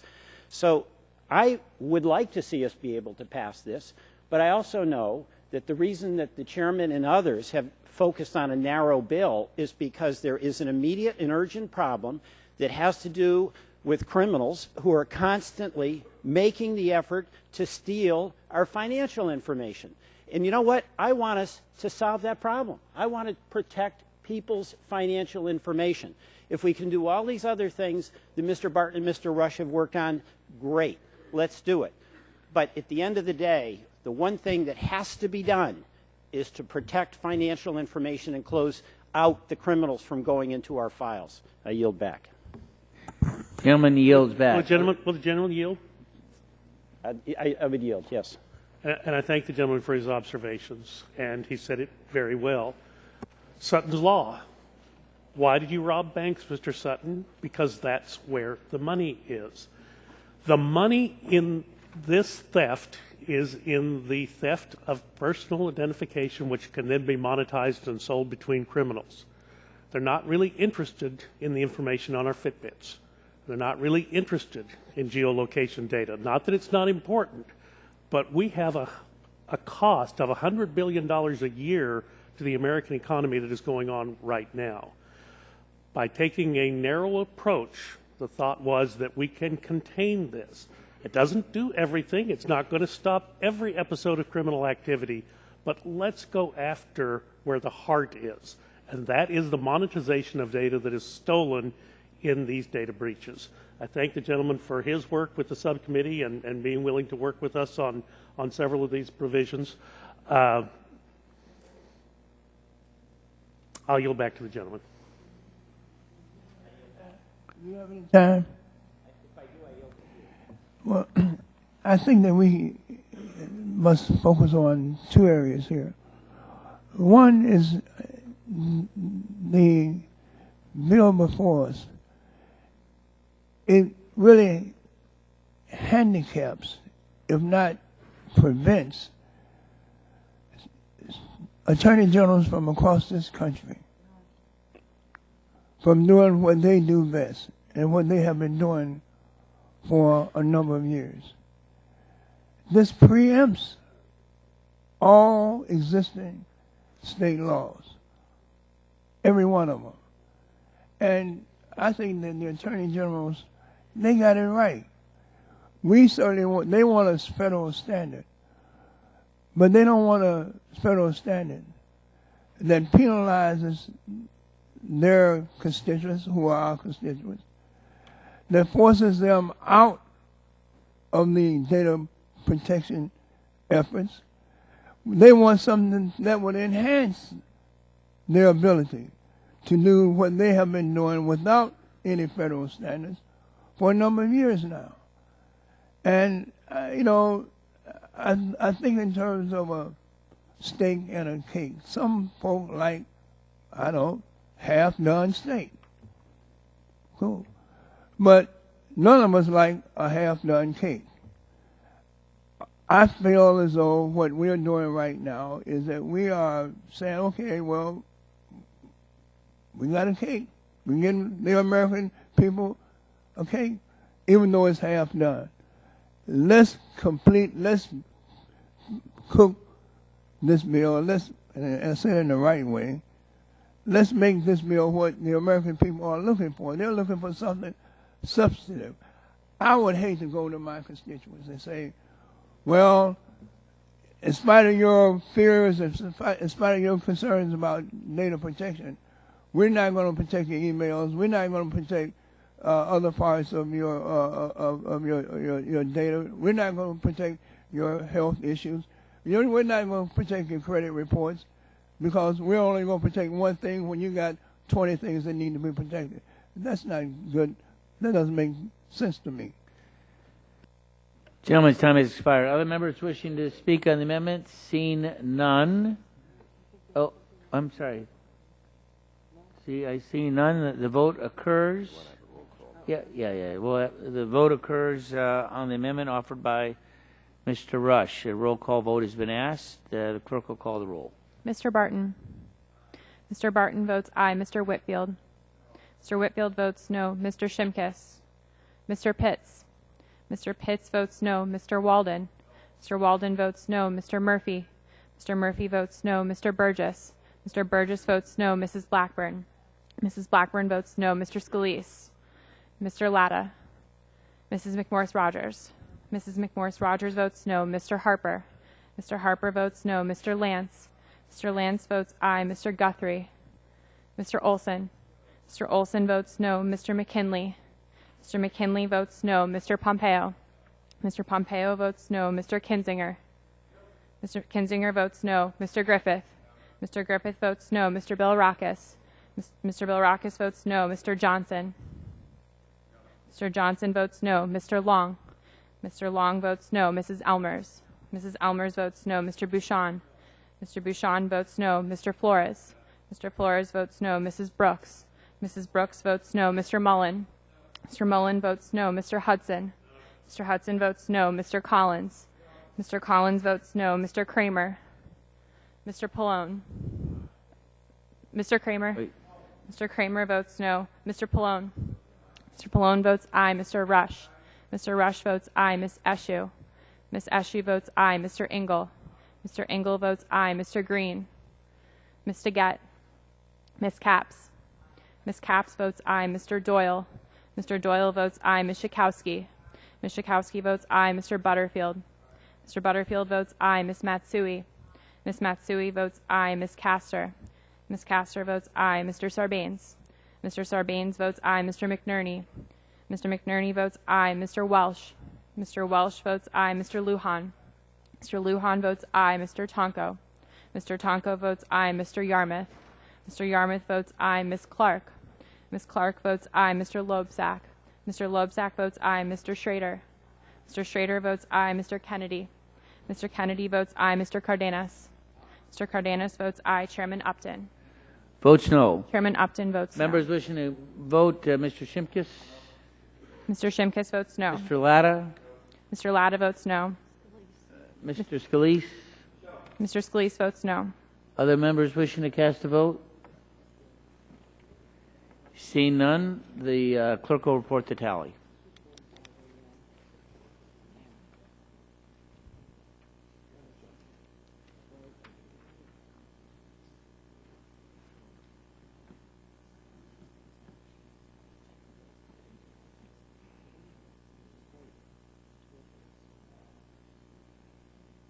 Mr. Chairman, on that vote, there were 23 ayes and 28 nays. 23 ayes, 28 nays. The amendment is not agreed to. Other amendments to the bill? Gentleman from Texas, Mr. Olson, has an amendment to the bill. Mr. Chairman, I have an amendment at the desk. And the clerk will report the title of the amendment. Which number is your amendment, sir? My amendment, let me find it here. It's Olson number 1, but oh boy, I can't. All sorts of letters and numbers, file.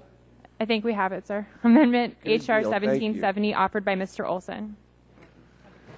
All right, the gentleman will be recognized. The clerk will distribute the amendment. The amendment will be considered as read, and the gentleman is recognized for 5 minutes in support of his amendment.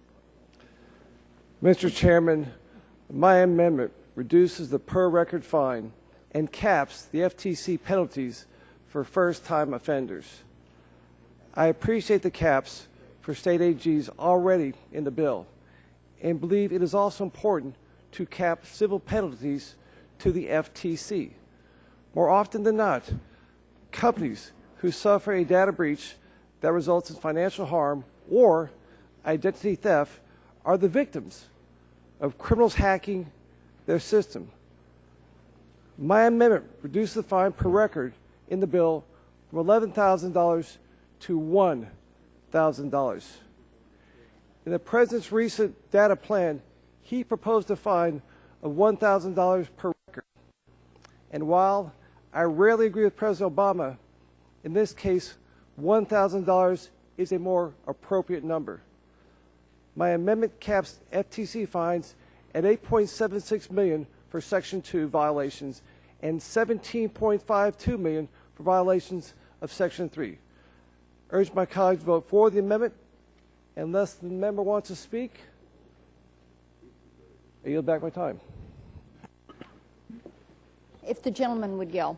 I yield. Yes, ma'am. Sorry. I thank the gentleman for his work on the issue. I thank him for bringing forward the amendments, and I support the amendment. I yield back my time to the gentleman. Gentleman from New Jersey is recognized for 5 minutes. Thank you, Mr. Chairman. I would urge my colleagues to oppose the Olson Amendment.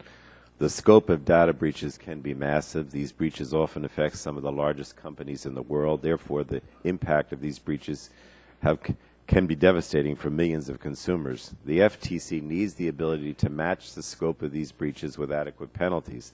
They have long used their discretion in imposing fair penalties and have been judicious in where they bring the cases. This amendment establishes a $1,000 per violation cap on penalties that can be imposed under Section 3 of the Federal Trade Commission Act.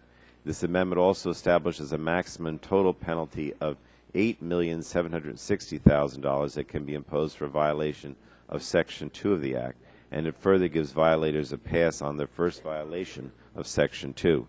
This amendment unnecessarily hamstrings the FTC and takes away their discretion in getting penalties that will deter future violations.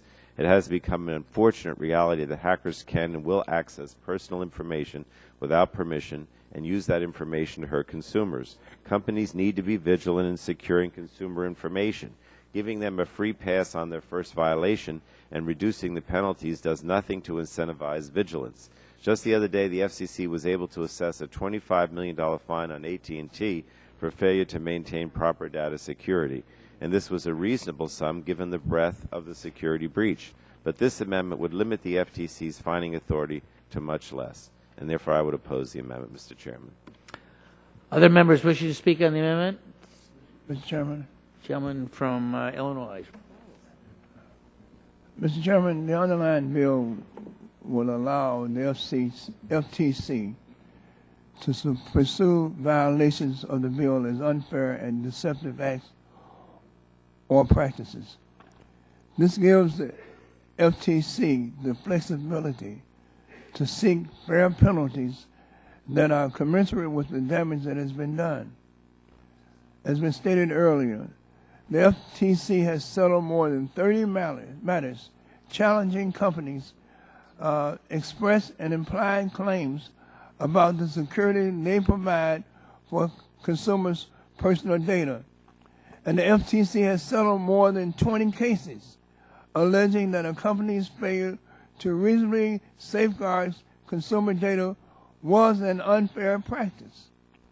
In its first data security enforcement action, it settled for $10 million in civil penalties and $5 million in consumer redress. This case involved a data breach of personal information for 163,000 persons, and the penalties were commensurate with the damage done. But other breaches have reached into the tens of millions consumers, and we really can't fully anticipate what types of breaches may come in the future. As such, the FTC must maintain the ability to settle penalties at a level that would help ensure future compliance and help consumers. This amendment, Mr. Chairman, takes away the FTC's ability to ensure companies comply with the law and fails to incentivize strong security measures being built into products and services from day one. Mr. Chairman, I urge members to vote. Will the gentleman yield, please? Yes, I yield. Thank you. My friend, we must remember that entities that suffer a breach are victims of crimes. And while penalties are a good and necessary purpose, excessive penalties without providing the breach the opportunity to implement the appropriate remedy will potentially do more harm to growth and development of the economy.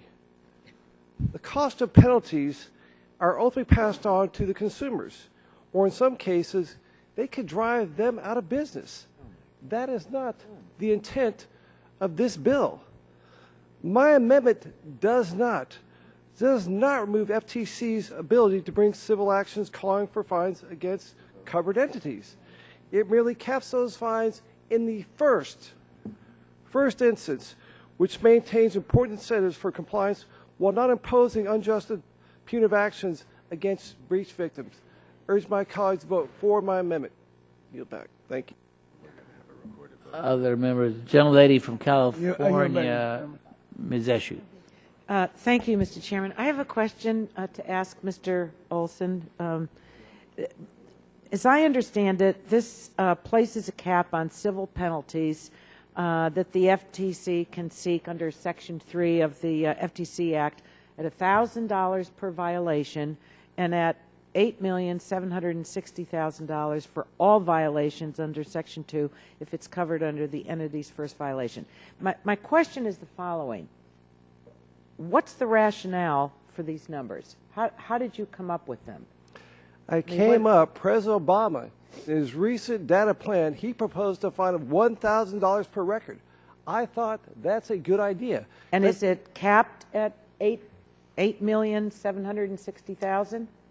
For our Section 2 violations, it's capped at $8.76 million. For Section 3, $17.52 million. But the rationale for the $8,760,000 the rationale is to put some sanity for first-time offenders. Let them survive. Have the cap follow President Obama's plan. Well, let me ask this: who hasn't survived? Ma'am, there's many companies out there that just go on by the wayside because of all these excessive lawsuits. All I'm trying to do is take from But is there? Let me just get back. I appreciate the gentleman trying to explain it, but since I don't know a lot about your amendment, this is what I'm zeroing in on because I think it's the heart of it. Who has failed? You've based your numbers on protection of those that are violating in order for them not to fail. So who has failed that you came up with this $8,760,000 cap?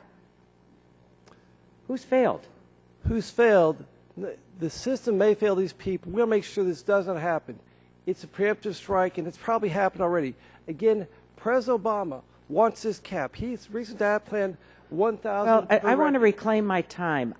I don't think this is well thought out, with all due respect. I understand what you're trying to do, but I don't think that the whole reason we're taking up data breaches and then what penalties are is to, on the one hand, be rewarding people that have violated.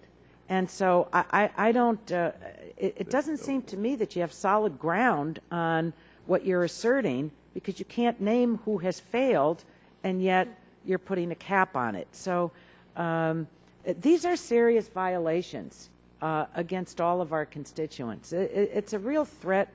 It's an underlying threat to our overall economy. And while I understand that this will put, nips or dents in whomever violates, I think it's a strong message to them that there not be violations. So it's not, your explanation is not convincing, but I appreciate your attempting to. Thank you, and I yield back.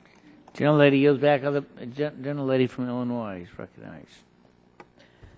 You know, if this were a new issue that we hadn't been thinking about for probably a decade, one might understand that imposing something for a first violation could be a problem. But we have been dealing with this issue. Every company is aware that they need to put in place the kinds of standards from the get-go, from the first time, not just the second time, but that they better get busy right now in making sure that they have in place the kinds of precautions that are going to prevent the kind of data breaches that we're talking about.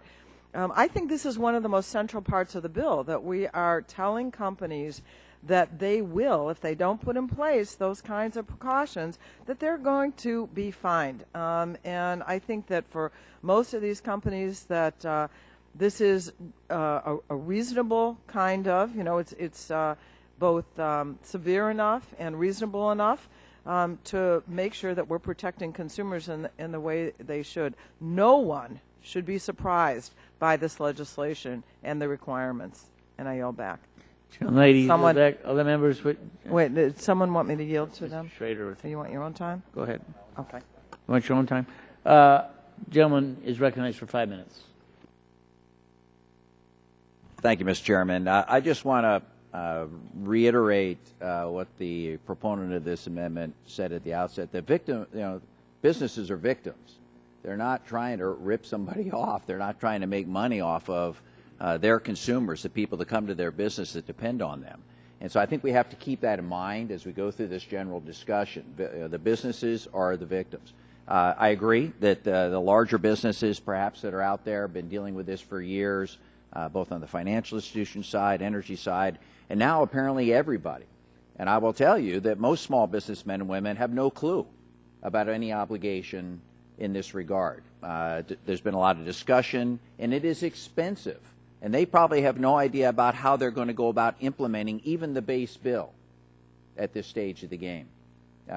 This legislation, to the gentleman from Vermont's point all along, is at least an attempt to get at a solution where businesses can start to adjust their practices, protect their consumers from these hackers that make misuse of their information. Most of the businesses that we've been talking about so far are big businesses. They have resources. They have accountants. They have HR departments. They have all. Most of the businesses that are now going to become affected under the purview and statutorily liable for penalties are small businesses. 98% of the businesses in this country are mom and pop operations. I think they want to do the right thing. But $11,000 maximum penalty every day, that's going to crucify them. And the chance of a small business being able to react in the same way that a Target or a Sony or a Chase Bank and immediately get after something or afford several days' worth of penalties, that's just not realistic. So if we're out here just to penalize business and discourage job creation in this country, that's one thing. If, on the other hand, we're out there trying to say, hey, you got to pay attention now, this is wrong, I don't see anything wrong with a smaller fine, particularly for the smaller businesses, right up front. Give them notice, and then after that, hit them with a hammer. I mean, shame on them if they're not paying attention. But I think we have to keep in mind, ladies and gentlemen, that this is, not malice aforethought by the business community.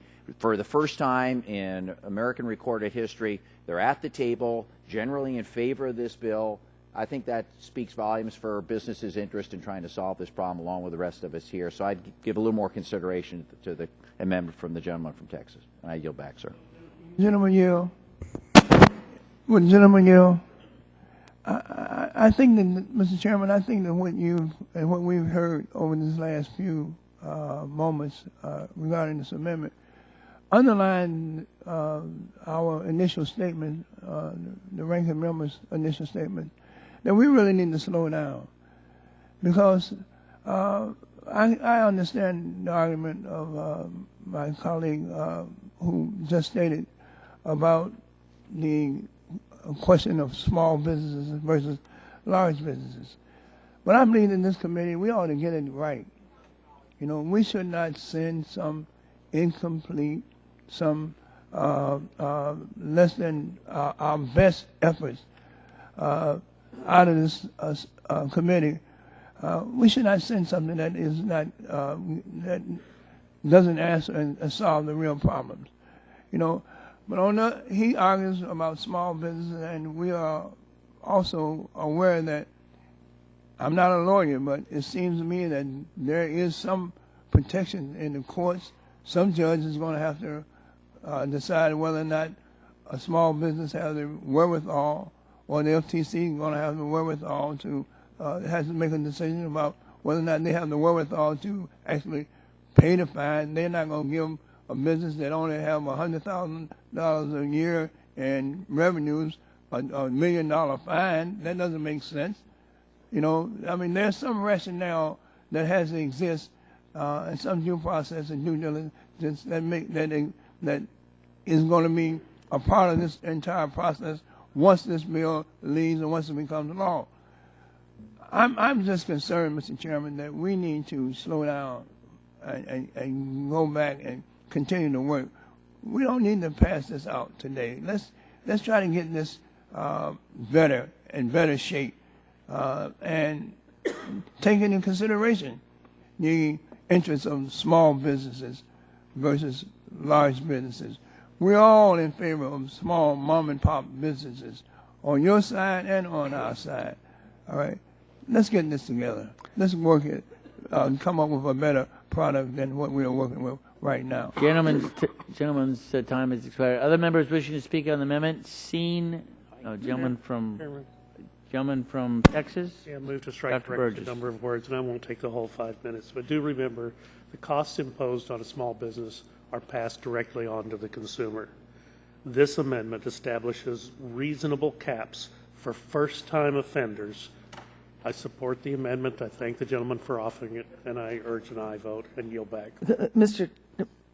Burgess, would you yield Yes. for one second? Thank you. Let me just point out to everyone that the $11,000 is a maximum cap.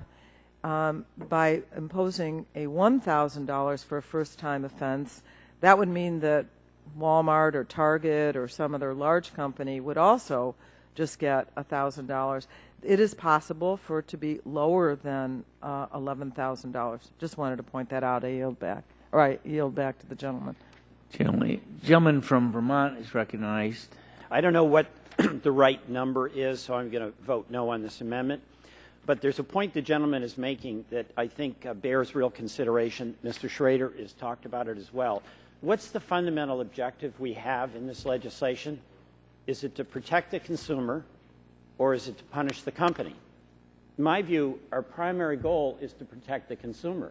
Now, when a company is negligent, penalties are appropriate. What's that right number? And that's a matter of discussion and consideration and balance. But there's another point the gentleman made, both Mr. Schrader and the sponsor of this amendment, and that is that companies do not want this to happen. This is like brutal for them. They get a breach in the reputational damage. I mean, the Target breach, heads rolled, money was lost.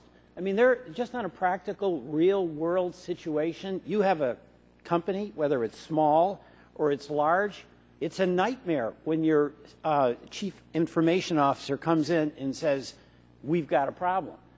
So I think that is something all of us should take into account here, that in the real world for real companies, by and large, the last thing they want is to have a breach. On the other hand, if there's negligence, they get it wrong, then a penalty is appropriate. But the circumstances are going to vary. So the spirit of this amendment, I think, does make sense. Whether the number is right, I'm not ready to say, so I'm going to vote no. But I do appreciate the gentleman. Would the gentleman yield? I will, yes. I thank the gentleman. There's a factor that is, I believe, missing in the whole debate on data breaches, cybersecurity, and what happens as a result of these breaches. And that is that we've never examined prevention. And it's something that I have consistently asked the private sector about. The most nascent startups, where I visited them during the Easter break, 3 employees, 7, 11, 17, right up to the largest brand companies. And this is what they have told me. This is what they have told me. And that is that anywhere from 80 to 90% of the breaches in our country, and remember, out of the universe of this, 90% is in the private sector. 10% is government. I mean, we're a major player, but it's still 90% in the private sector. And what they've instructed me is that 80 to 90% of these breaches occur due to 2 major factors. One, where a system's hygiene is not what it should be. And number 2, that very poor security management. So there isn't, this is something else, Mr. Chairman, that I think we should examine. Now, when I went back to people and asked them, how would you address this, because I know the administration's proposal is leaving it to voluntary participation, it was suggested to me that NIST standards be followed. And none of the businesses, I've raised it with the giant ones right down to those that have 3 employees. No one objected to that because there's confidence in what NIST does. So I point this out because of your opening statement that, you know, there's more work to be done. And I would ask that this be a consideration. I don't know if we have the possibility to do it, but I think that this committee should be the first one to examine prevention. And it does fit with this conversation about Mr. Olson's amendment. Small businesses, large businesses, I don't want to punish businesses. As someone said, they don't want this to happen because it's so costly to them. But I think that this is an area that needs to be examined. So I appreciate the gentleman yielding to me. Chairman yields back. Are there other members wishing to speak? Seen none. The vote occurs on the amendment. A roll call has been asked for, so the clerk will call the roll. Mr. Barton? No. Mr. Barton votes no. Mr. Whitfield? Mr. Whitfield votes aye. Mr. Shimkus? Mr. Pitts? Mr. Pitts votes aye. Mr. Walden? Mr. Murphy? Mr. Burgess? Mr. Burgess votes aye. Mrs. Blackburn? Mrs. Blackburn votes aye. Mr. Scalise? Mr. Latta? Mrs. McMorris-Rogers? Mr. Harper?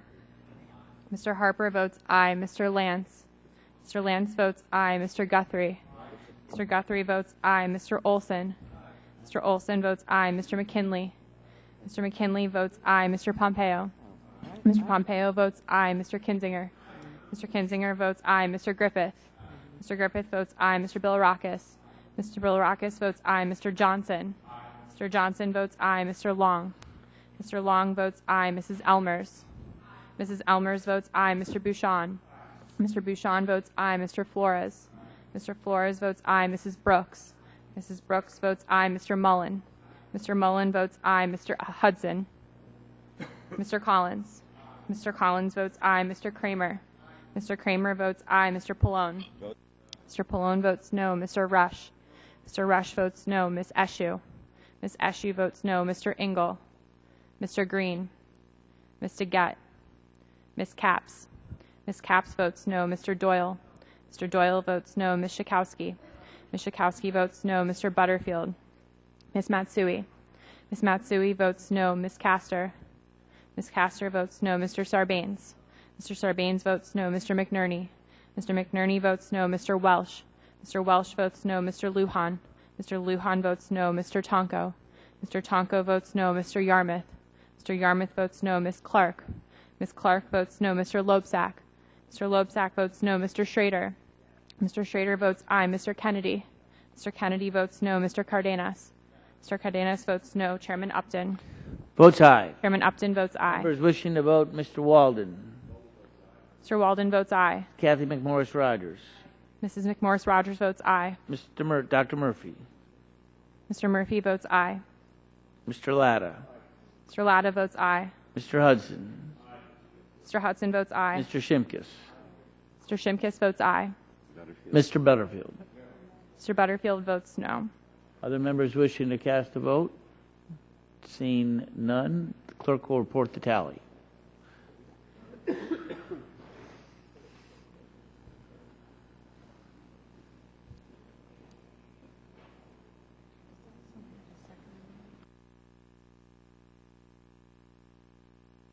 Yeah, they're going to vote there. Mr. Chairman, on that vote, there were 30 ayes and 20 nays. 30 ayes, 20 nays. The amendment is agreed to. Other amendments to the bill? Gentlelady from California, Ms. Eshoo, has an amendment at the desk. What number? 9. SU 9. The clerk will report the title of the amendment. Amendment in the nature of a substitute to H.R. 1770, offered by Ms. Eshu of California. And the amendment will be considered as read, and the gentlelady is recognized for 5 minutes in support of this, Thank the you, amendment. Mr. Chairman. In 2003, California became the first state in our country to implement a comprehensive data breach notification law. That was in 2003. In the years that have followed, our reliance on technology has certainly grown, and it's grown tremendously, and so has our vulnerability to data breaches by both domestic and foreign actors. As one of the strongest state data security and breach notification laws, California has led the way. My amendment with fellow California colleagues of our committee, Representatives Matsui, McNerney, Capps, and Cardenas, and I want to thank each one of them, instructs the FTC to promulgate rules consistent with California's law, making our state standards the floor for the nation. In doing so, the amendment would preempt state breach notification laws that fail to meet this high benchmark. And I think the benchmark needs to be high. I don't think we should go for the lowest common denominator. I think that we should go out and brag that we've established the highest. At the same time, the amendment allows states to innovate and strengthen their own laws beyond the base standard that the amendment contains for data security. This amendment ensures that the definition of personal information includes health insurance and medical information. And this has been brought up both by the chairman in his opening statement and by others today. It's very important for all of our constituents. It eliminates the cap on state attorneys' general ability to seek civil penalties, and it ensures consumer notification of a data breach whether or not there is financial harm. The amendment also provides consumers with a private right to enforce the protections in the law. Importantly, this amendment preserves the FCC's authority to protect consumers' telecommunications, cable, and satellite records. As the settlement reached last week between the FCC and AT&T demonstrates, the Communications Act, and that wasn't a pittance, my colleagues, it's a ton of dough. I think you've all read about it, but I think you need to reappreciate what was there. That settlement reached last week between the FCC and AT&T demonstrates that the Communications Act provides consumers with important protections that would be severely undercut by the underlying legislation which is under discussion today. So for all of these reasons, I urge my colleagues to support this amendment to best protect consumers and establish a baseline set of protections nationwide. I also want to compliment Representative Kennedy because I know that his state has a very, very high standard. It may even be higher than California's. And I know that he offered an amendment in the subcommittee. This is an important issue for all of us. And at any rate, I will yield back. Does anyone want to add anything? Will the gentlewoman yield to me? Sure, and I think Ms. Capps would like some time too. So okay. I just wanted to urge my colleagues to support the SU amendment. It replaces a troublesome bill with language that makes improvements in a number of places. For one, California's data breach notification law is better than this bill in that it does not first require a company to decide whether a consumer will suffer financial harm as a result of the breach before providing them with notice. Instead, it requires notification in all types of breaches. This amendment adopts that process and removes the current trigger for notification, which is only initiated when a company finds that there may be financial harm to the consumer. The SU amendment does not include a cap on the fines that state attorney generals or the FTC can pursue. This allows states and the FTC to use their discretion to ensure that fines are a sufficient deterrent.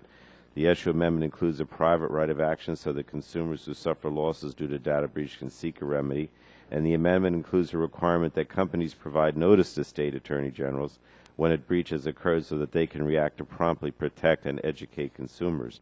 And the amendment adds health information and health insurance information to the definition of personal information so that if this type of information is breached, consumers will hear about it. The bill we're considering today does none of these things, and therefore the SU amendment makes significant improvements, and I would encourage my colleagues to support it. I yield back to the gentlewoman. I thank the ranking member. If there's anyone else that would like the remainder of the time, otherwise I will yield back. Mr. McNerney. Thank you. I support Ms. Eshu's amendment in the nature of a substitute. This amendment addresses many concerns I have about the legislation. In fact, it goes to the very heart of whether I support the legislation or not. While I believe that a national standard for breach notification is necessary and important, and I commend my colleagues for working on this, I also believe that it should be created in a way that does not eliminate some of the excellent standards that are already put in place by states that are leaders in fair but strict standards that keep our consumers safe. Not only do I support this amendment's modification to allow the FTC to create a floor for rules based on California's laws, I also believe in the provision that ensures that states are able to evolve and meet new challenges with new threats without federal involvement. I support my colleague, and I urge my colleagues to support this amendment. And I yield back to Ms. Eshu. She yields back. The gentleman from Texas is recognized for 5 minutes. Mr. Chairman, I'm going to take 5 minutes. I just want to ask the gentlelady from California some questions about our amendment. As I understand it, it takes the current California law and makes that a floor upon which the Federal Trade Commission has a year in which to promulgate national standards, but they have to be at least as strict as the California standard. Is that correct? Correct. And if under the bill, as I understand it, that's before the committee bill does preempt state standards, but it does allow some flexibility about enforcement. And is that, to your knowledge, correct or incorrect? Well, my amendment still allows for preemption, but this with the floor for what states can do. Now, they can add to it. They can add to the data security standards, certainly, but it's the floor. Well, I'm obviously in the minority on the majority side of this committee in this terms of this issue, and but I don't think I'm ready to exceed that the Golden Gate State of California should set the standard for the country. I don't believe my Texan constituents would accept that. So, with reluctance, I'm going to have to oppose the gentlelady's amendment. But I do appreciate her answering my questions. With Well, that, I appreciate the gentleman always being a gentleman. And while maybe oil and California don't mix, I think that we still appreciate all the work you've done on privacy. This strengthens what you've been pursuing all these years. Arguing but that. Thank you. And I would point out that the Golden State of California is the number 4 oil-producing state in the country at this moment. So there is some unity between California and Texas. We're rocking, yeah. I'm going to yield the rest of my time to the gentlelady from Tennessee. Thank you, Mr. Barton. I'll just point out that there would not be a Texas without Tennessee. And we came to bear, so you all could not have, California and Texas couldn't have this argument. That's exactly right. Just a couple of things on Ms. Eshu's amendment, and I do oppose the amendment. This amendment would give rulemaking authority to the FTC to go in and redefine personal information. And our bill, H.R. 1770, gives us a clear definition of personal information without ceding unnecessarily authority to the FTC to go in and expand that definition. That is an important point to make. Here again, I'm going to go back to what we've said several times as we've worked through this process, through our subcommittee and today. Our bill is narrow. It is narrow for a reason. We want to keep things in their lane. The American people expect us to do something about the data security issue. The bill that we are bringing forward is the appropriate way to do that, and I think that the expansion that would come about through Ms. Eshu's amendment is a bit too much. Thereby, I oppose it, and I Would you yield? return the Would the rest of my gentlewoman time. yield? Sure. I think, with all due respect, there's a misread of the amendment. It's silent on what you just described. There's not an expansion. If reclaiming my time. Sure. Anytime you give a federal agency the opportunity to expand through rulemaking, there becomes an expansion, and I would oppose that, and I stand with the bill that we have before us, and I oppose the amendment and yield back my time. Gentleman from Texas yields back. Other members, the gentlelady from California, Ms. Capps.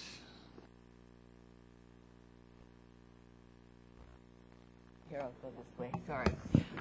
Mr. Chairman, I would like to voice my very strong support for the Eshu amendment, and start with my remarks with the premise that our vulnerability to data breaches is something we all agree upon, is continually increasing and evolving.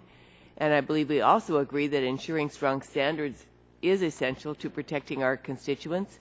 We need to ensure that the rules are workable for companies, but they also need to be strong. It really has to be about consumers. I'm particularly concerned that this underlying bill does not meet these standards. Maybe it's because I am from California, and we base our assumptions on a strong protection bill in California. And we've had this law in place since 2003.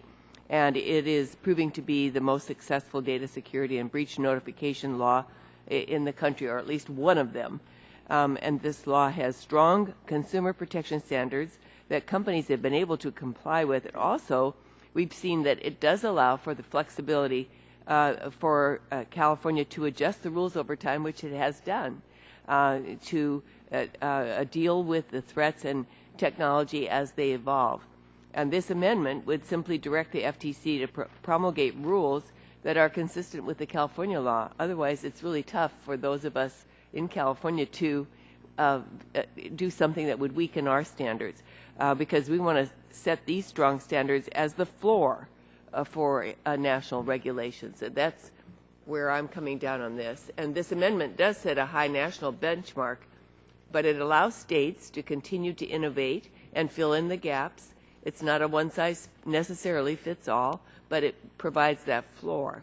It also strengthens safeguards for personal health information, a very important area, toughens enforcement, and ensures that consumers are notified whenever there's a serious data breach, not just when the company determines there is financial harm. It really goes to the heart of consumer protection.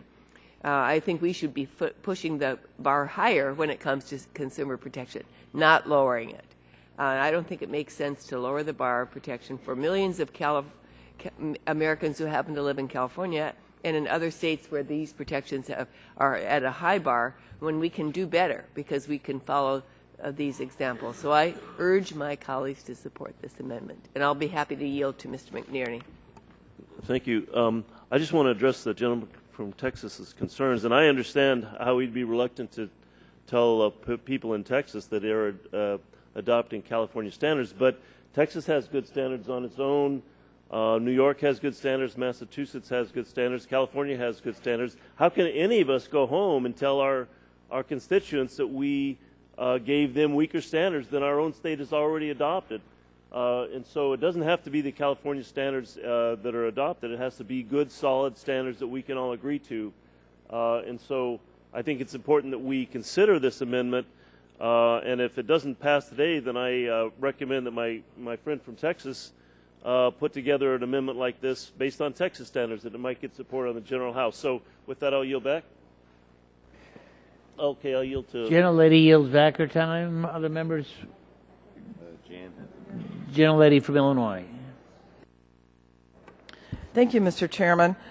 Well, here's what I want to say on behalf of California, that for over a decade, California, who is, I would say, equally concerned about the business community, about the economic development, and about consumer protection, that this is a piece of legislation that has worked well in a very large state for lots of consumers, a diverse body of consumers and businesses and all kinds of interests. And so it seems to me when we're looking at a state that for 12 years has been functioning well, that we should not dismiss that. We're looking for a model that has functioned, that businesses have complied with, and has been flexible. I want to just comment to my friend from Tennessee. This idea, you know, when the bill was first initiated by Mr. Rush and Mr. Barton, we had not actually anticipated some of the ways in which personal information might be defined, that we have now redefined because technology has moved forward.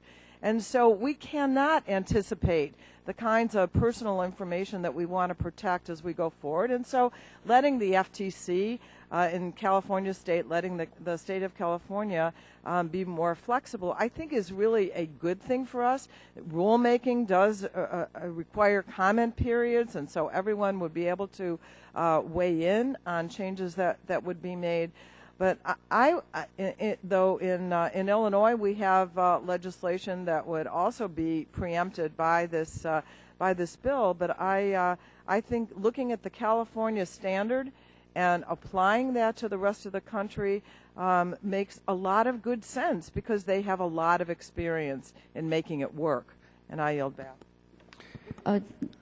Oh, yes, I'd be more than happy to yield to my colleague. I appreciate all the important comments that members have made, not only on what the amendment represents. I just want to underscore something else, going back to the previous discussion from Mr. Olson's amendment and businesses.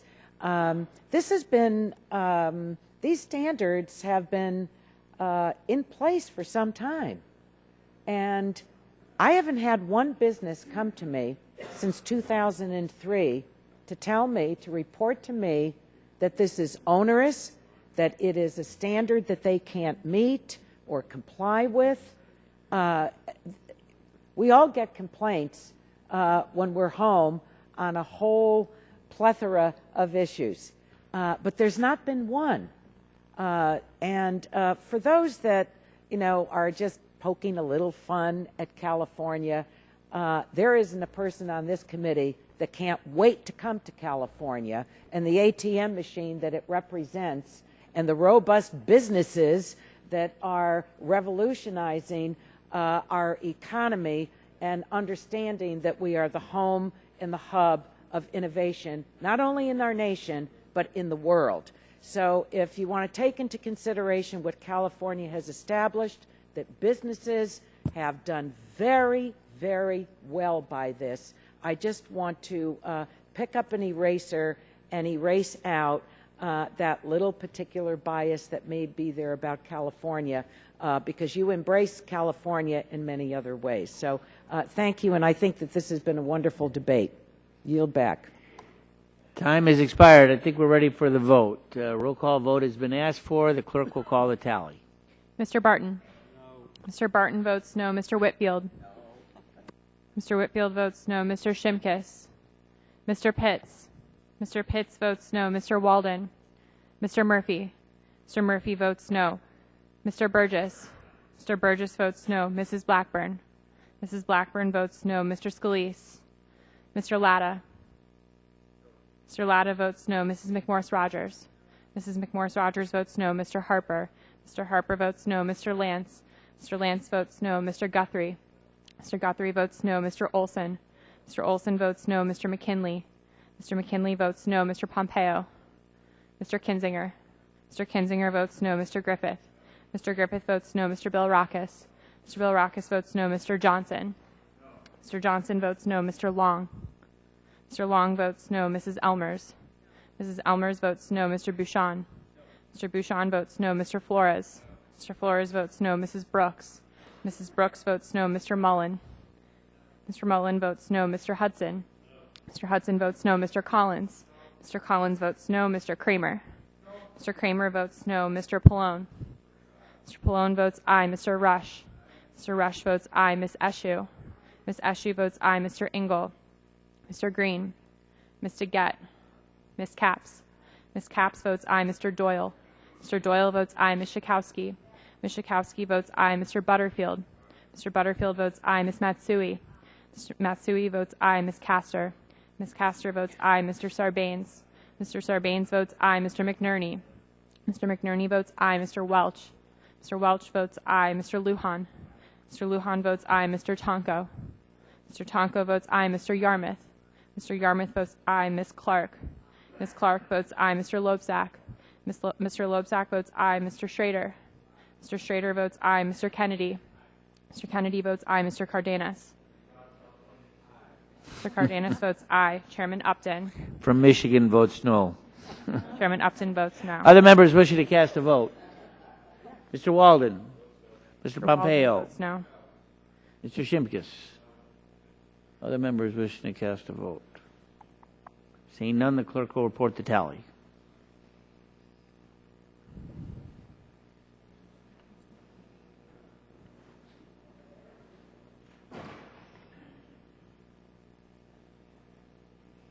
Mr. Chairman, on that vote, there were 20 ayes and 30 nays. 20 ayes, 30 nays. The amendment is not agreed to. The chair will recognize the gentlelady from Tennessee for offering their amendment. Thank you, Mr. Chairman. I have Blackburn Amendment 29. This is the manager's amendment. Amendment to H.R. 1770, offered by Mrs. Blackburn of Tennessee. The amendment will be considered as read, and the gentlelady is recognized for 5 minutes. Thank you, Mr. Chairman. And I want to begin by thanking the subcommittee. Chairman Burgess has done such a wonderful job on this, and Mr. Welch, who has worked with me for the past couple of years on this issue, such a wonderful job. So I say thank you to them, and also to the subcommittee staff who's done such a wonderful job working on this. Now, the manager's amendment does reflect the work of the subcommittee after this bill passed out, concerns that were raised, items that needed to be addressed. And as the chairman said as we began the markup, there are still some issues that Mr. Welch and I will be working on through the next week before this bill goes to the floor. We want to keep this narrow. We are going to work on the health and medical information issues, but we know that it is important for us to get a data breach and data security standard on the books. We know that confusion about this issue leads to non-compliance, and it is harmful to consumers. So yes, we are going to continue to work through to get these issues addressed. Now, in the manager's amendment that is before you, and this is the one 29, and it is time-stamped 9:19 a.m.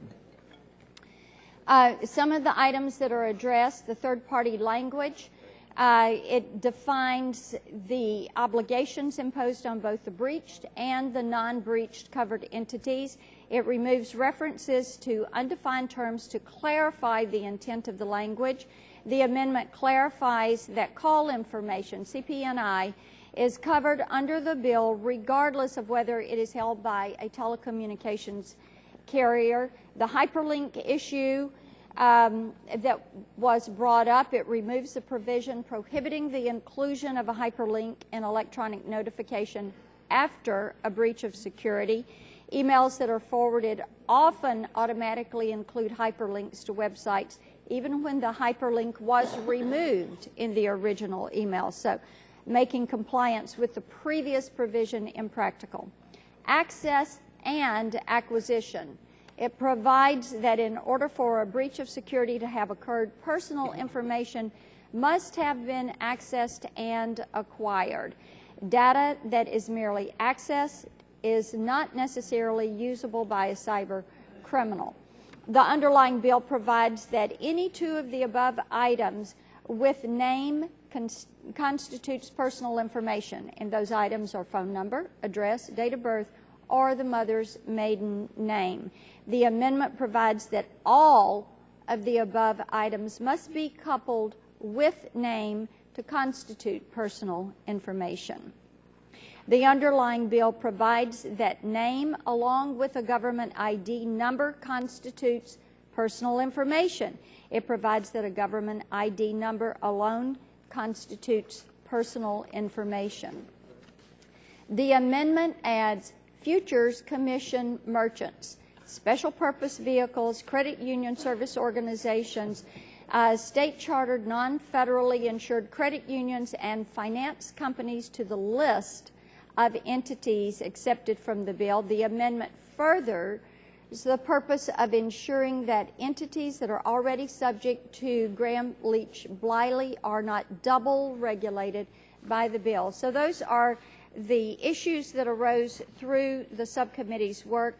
This is the manager's amendment that covers those entities, and I yield the balance of my time to Chairman Burgess for any comments that he would like to make on the amendment.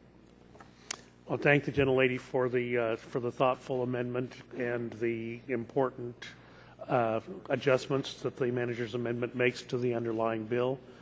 I also want to reiterate that the concept here was to keep this narrow. We didn't want the perfect to be the enemy of the good.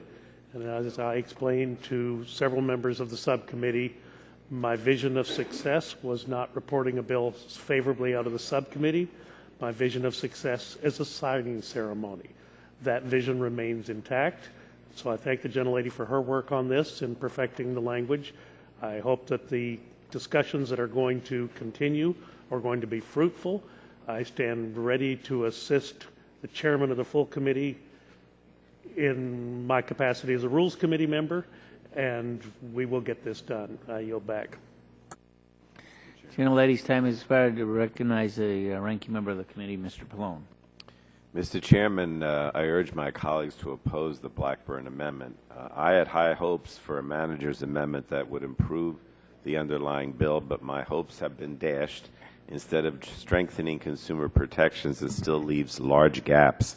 One provision we heard might be included would have filled the hole with regard to information currently required to be protected by telecommunications, satellite, and cable providers. But this amendment does nothing with regard to cable and satellite providers. Records such as your pay-per-view transactions will no longer have to be secured. With regard to telecommunications carriers, here's just a few examples of personal information that will still not be covered by this bill and which will no longer have to be secured under the Communications Act. For example, information that one telecommunications company holds about another telecommunications company. Info that shows that a subscriber gets public benefits such as SNAP or Medicaid or is a member of a Lifeline program. Features that the caller subscribes to, such as call waiting and the amount of subscribers' bills. And other provisions of this amendment weaken the already narrow definition of personal information. There are a number of other changes in this amendment, but I just want to close by noting that the amendment does not make any improvements to the bill, so I encourage my colleagues to vote against it, the amendment, as well as against the bill. Unless I yield to the gentlewoman from Illinois. Thank you. So this amendment, I think, severely reduces consumer protections.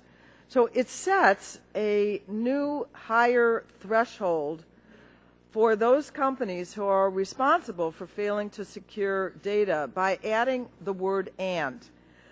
And that is if they're unable to determine whether a breach led to access and acquisition of that information.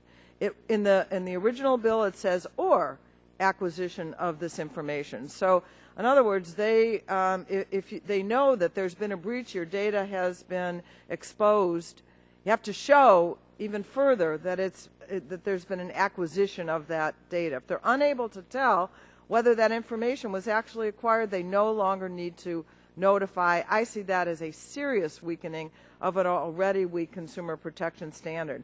It limits even further the definition of covered entities and personal information. The bill has a list of what we call personal information under financial information, and some of those are struck. So that means that fewer data breaches that are likely to lead to financial harm would be reported. These are just a handful of the, I think, the lowlights from an amendment that harms consumer protection, and I strongly urge my colleagues to defeat it. And I would yield to Mr. Rush. I want to thank the gentlelady for yielding to me. Mr. Chairman, I want to associate myself with the previous comments. The manager's amendment does nothing to strengthen the bill and fails to put the American consumer in a better place of contentment. And subcommittee, I pointed out that this bill creates gaps in the protection of information that is currently required to be protected by telecommunications, satellite, and cable providers.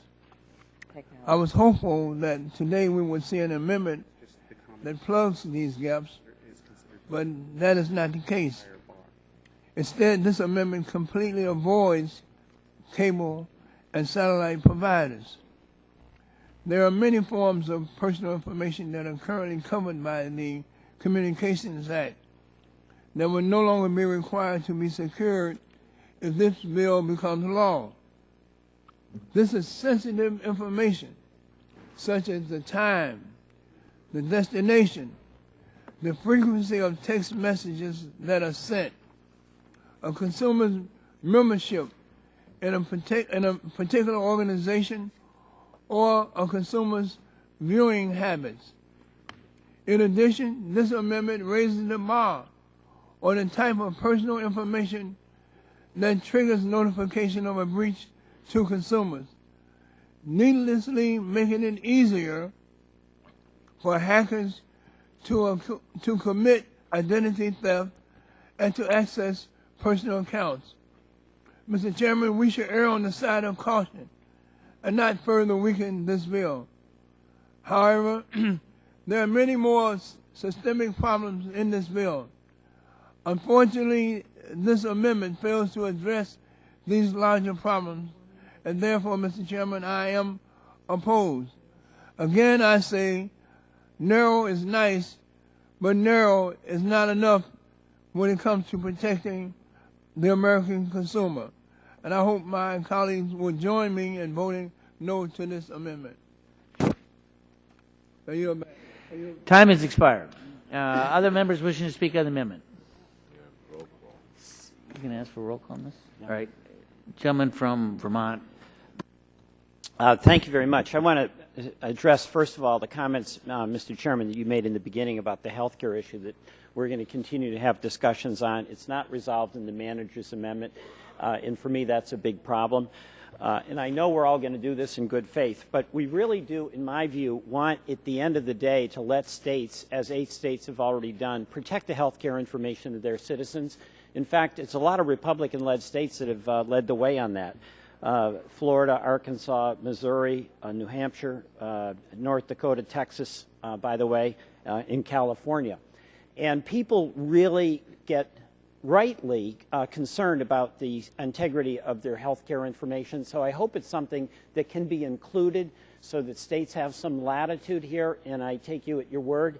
And if we get that resolved, I'm going to be on this bill. If the gentleman will yield, you can't take me at my word, and I know we're going to work very hard on this, right. and we'll see where we come out. Yeah, and I think, and another reason I think we want to do it, and the whole concept that Mr. Burgess has advocated for a narrow bill, when we put in this exclusion on health care, where 8 states have already acted, it kind of makes a broader preemption than is necessary to achieve the data breach and data security goals of the bill. So thank you, Mr. Chairman. Let's work that out. We work it out. I'm on the bill. The second thing, I want to say why I would be enthusiastically on this bill, aside from working well with lots of people on both sides. A narrow bill is an ambitious bill. It's ambitious because the heart of the problem is the effort to get to people's financial information. There's other issues, but if 90% of the problem and 100% of the motivation is to get to your information in mind so they can steal money from us or from the companies that have been hacked into it, and we have a bill that narrowly focuses on achieving it, that is not a timid bill. That's an ambitious bill. So I want to get this passed. Second, there's some concerns that are very valid, have been raised largely by my colleagues, and I feel confident that we've addressed them in this bill, even if we don't have all the privacy concerns expanded that have to be at some point legislated. First of all, preemption. That's generally something I oppose, but what I've concluded in this situation is if we don't have preemption, we don't have protection. You know, you may have a good state law, but that protects you within the four corners of the boundaries of that state. If you have been on the internet and you go from your state to my state, and my state that does something that infringes your information, how's that going to help you that you are in California and have a good law, but you got ripped off in Vermont or Missouri or some other place? So to have protection, we have to have preemption, and that's why I support that effort. Second, on the notice, there's a debate about what's the right time of notice, but I think in the real world, a lot of states, including California, give some time for the hacked-in company to try to investigate what happened, to try to limit the scope of what happened in the shutdown, what that breach has been.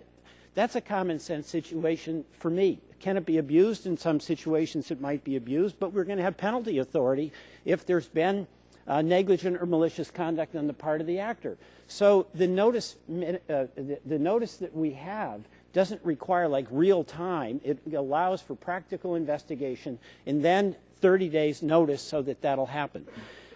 Three, on getting back to enforcement with this preemption question, we're giving the FTC very solid authority to do its job, and they've got the staff to do it. And we're making certain that the Attorney General in your state and mine has enforcement authority. That was very important, I think, to all of us, because, you know, it's a long way for folks in Vermont to come down to Washington to try to get the FTC's attention to take action, but it's a pretty short trip to Montpelier, and our Attorney General answers the phone. And I'm sure all of us have more confidence in that.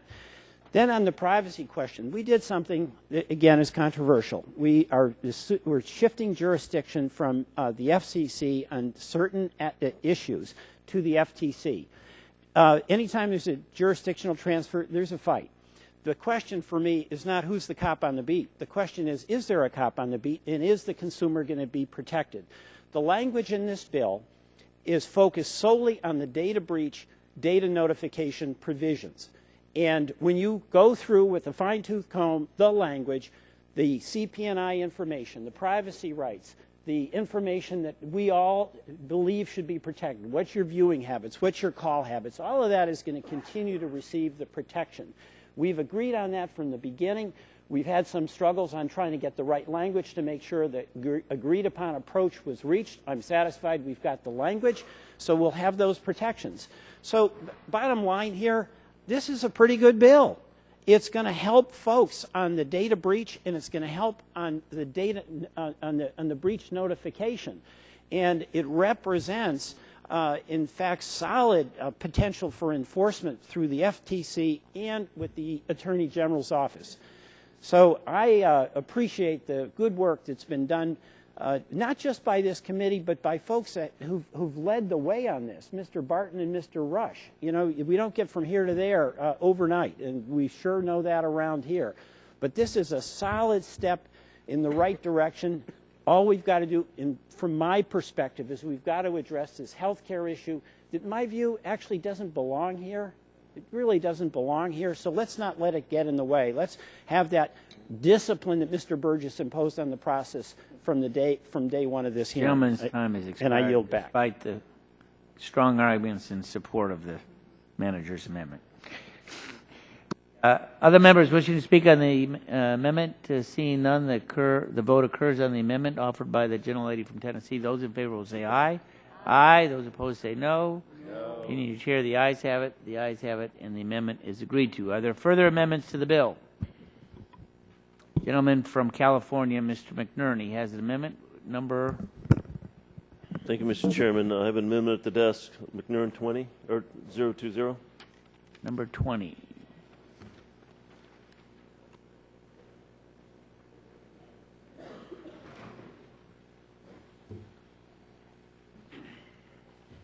found it.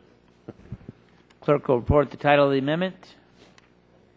Amendment to H.R. 1770, offered by Mr. McNerney of California. And the amendment will be considered as read, and the gentleman is recognized for 5 minutes in support of his amendment. Thank you, Mr. Chairman. This bill takes the necessary steps, the underlying bill takes the necessary steps to ensure that the FBI, the Secret Service, and the Commissioner are notified in the event of a data breach. However, it doesn't require states' Attorney General to be notified, nor does it require notification if the breach has less than 10,000 people affected. So this amendment attacks those two issues. 90% of the data breaches are below the 10,000 threshold. My amendment instructs breached entities to notify the appropriate Attorney General's office in the event of a data breach of more than 500 people. California has been a leader on this notification, and I believe we can learn from my home state's policies. If state attorneys general are required to notify the commission whenever they are taking civil action in response to a breach, then it's only fair that they are informed when there's a significant breach in their state. This amendment does not in any way infringe on federal authority. Instead, it ensures that the current state authority is not undermined. As we increasingly depend on the technology to conduct day-to-day business, it's not surprising that mistakes are made or that nefarious people attempt to steal personal information to make money. In our efforts to create a robust system addressing how these inevitable breaches are handled, both consumers and criminals need to know that our laws will be enforced. That's why it's critical that our attorneys general are informed and able to work within their existing systems as well as with the federal counterparts in ensuring that breaches are responded to effectively and efficiently. In summaries, when there's a major data breach, attorney generals must be notified in addition to federal agencies, and the notification must happen when over 500 people are affected instead of 10,000. I urge my colleagues to support this amendment, and I yield back. Would you yield to me? Yes. I just wanted to urge support. Ranking for member. I think it's a good amendment with regard to notice. I urge my colleagues to support it. Yield back. The time has expired. You want to still use his time? Go ahead. As was shared by Mr. Rush, our Attorney General in Illinois, Lisa Madigan, has expressed strong opposition to this bill, and among her concerns is the absence of any requirement within the bill to notify state attorneys general in the event of a breach. So I strongly support this amendment. Her letter to the Illinois members of the committee, which I believe, did you insert in the record? Okay. Says that, quote, over the past decade, additional transparency about data breaches has been achieved due to notification requirements at the state level, unquote. Understanding the source and cause of data breaches has helped her office and others around the country help determine appropriate fixes. The McNerney Amendment would address the bill's failure to notify state AGs. It simply says that when 500 citizens of a state have had their data breached, their attorney general must be informed. Actually, in Illinois, any breach would have to be informed. Providing attorneys general with notice of breaches would not result in the over-notification over which many of this bill's proponents have raised concerns. It would simply ensure that the state's top law enforcement officer is aware of the problem and able to help find a solution. There is no credible reason to oppose this amendment, and I urge my colleagues to support it. I yield back. Or I yield back to the gentleman. Gentleman yields back his time from California. I strike the last word. I would urge my colleague. I appreciate the gentleman's amendment. I do. But as you know, we are trying to keep the bill narrow so that we can actually get the bill through the Senate and to the President. And so I ask my colleagues to vote no. The goal of the notice to the state attorneys general does vary among the 20 states with such a requirement. And the underlying bill streamlines the process by requiring a covered entity to notify law enforcement and the FTC after a breach that involves personal information of more than 10,000, as you know. The balance ensures that a covered entity is not bogged down trying to send out notices to multiple state AGs and is providing notice to the nationwide Consumer Protection Agency about such a brief. So The goal is to move away from the existing patchwork of state laws. However, this amendment would create more of a piecemeal approach to notice that is contrary to the overarching goal of the draft. And as Would the chairman yield? yeah, since I didn't start the clock, I can yield. Mr. Chairman, with all due respect, all they have to do is press a button. These notifications are not typed out with carbon copies that will take weeks and present burdens to God knows how many people. We're in a digital age. We're living in that. It's a completely different landscape than what you just described. So I don't think the rationale really stands. It's the push of a button, and they're notified. So I think in the time that you're going to spend with Mr. Welch and others. Hopefully myself, I offered myself, if you think I can offer anything to help make the bill better, that you reconsider this because it really doesn't, the world that we live in does not, is very different than the rationale that you explained and the world that rationale belonged to at one time. So I thank you for yielding to me. I was glad to yield. I just want to say we're trying to thread the needle to get a bill that can get done, and so that's the balance that we're trying to look at. So with that, I yield back. Are there other members wishing to speak on the bills, on the amendment? Seeing none, the vote occurs on the amendment offered by the gentleman from California. Those in favor will say aye. Aye. Those opposed say no. No. In opinion of the chair, the noes have it. Noes have it, and the amendment is not agreed to. Are there further amendments to the bill? Oh, I'm going to go here to Mr. Barton. What number? Well, I have a number of amendments. I have Barton number 4, Barton number 9, Barton number 10, Barton number 8, and Barton number 11. I want to have Barton number 8, 9, 10 considered in block, and I simply want to say I want to work with you. First of all, I want those 3 to be considered in block. So the clerk will report the titles of 8, 9, and 10. Correct. And ask unanimous consent. And I'm going to withdraw them as soon as I spend about 15 seconds talking about them. Gentleman is recognized for 20 seconds. No. Gentleman is recognized and asked unanimous consent that those 3 be considered as block, 8, 9, and 10. Correct. Clerk will report the titles. Amendment to H.R. 1770, offered by Mr. Barton of Texas. Gentleman is recognized for 5 minutes. Thank you, sir. Amendments number 8, 9, and 10, Mr. Chairman, deal with the amount of time, in different sections of the bill, the amount of time a covered entity has in which to alert somebody that there has been a breach. It tightens up the timeline.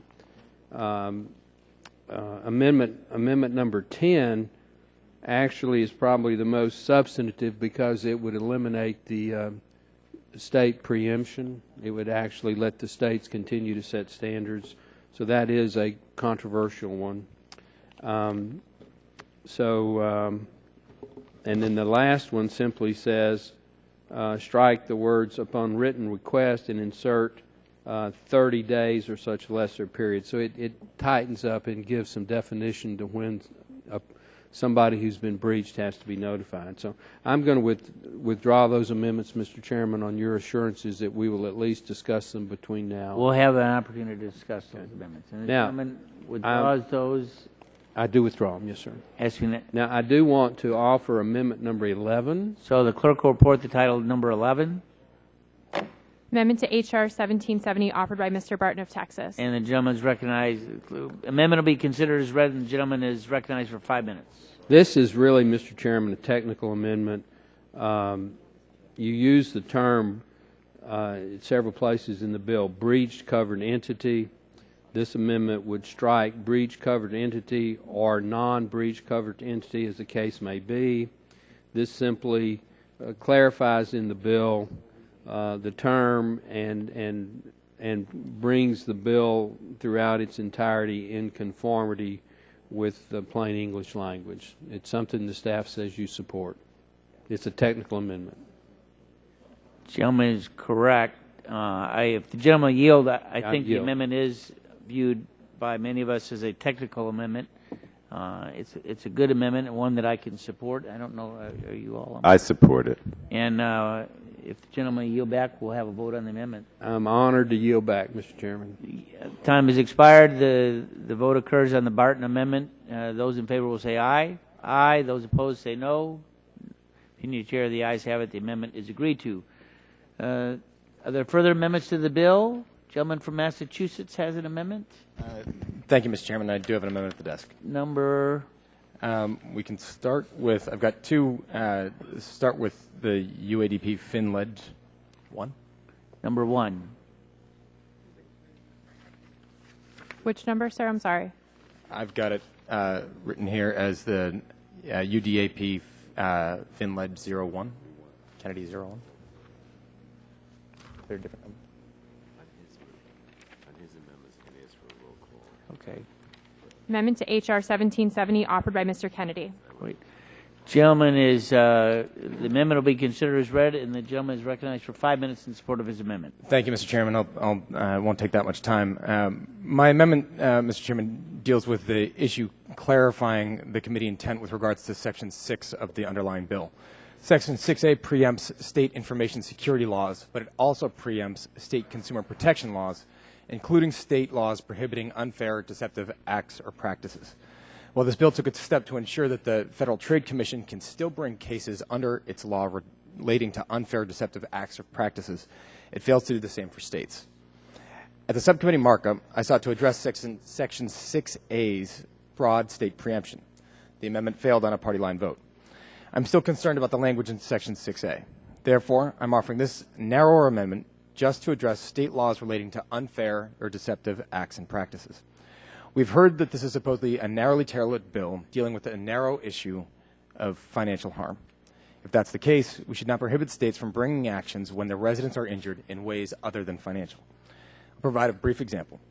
An individual could provide sensitive health information self-identifying as having a mental illness to a non-HIPAA covered entity, or provide sensitive information self-identifying as a problem gambler. If the business that received this data promised to secure them, but failed to do so, a state might consider that deceptive misrepresentation and want to take action.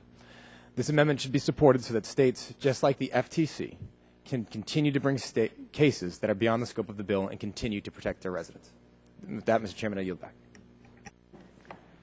Gentleman yields back. Other members wishing to speak on the amendment? The gentleman from New Jersey is recognized. I would urge support for the Kennedy amendment. This bill includes broad preemption that prevents states from using their state laws designed to protect consumers from unfair or deceptive practices or acts. And these state UDAP laws give states the flexibility they need to go after companies when they promise consumers that they'll protect their information and then fail to provide the same level of protection they promised.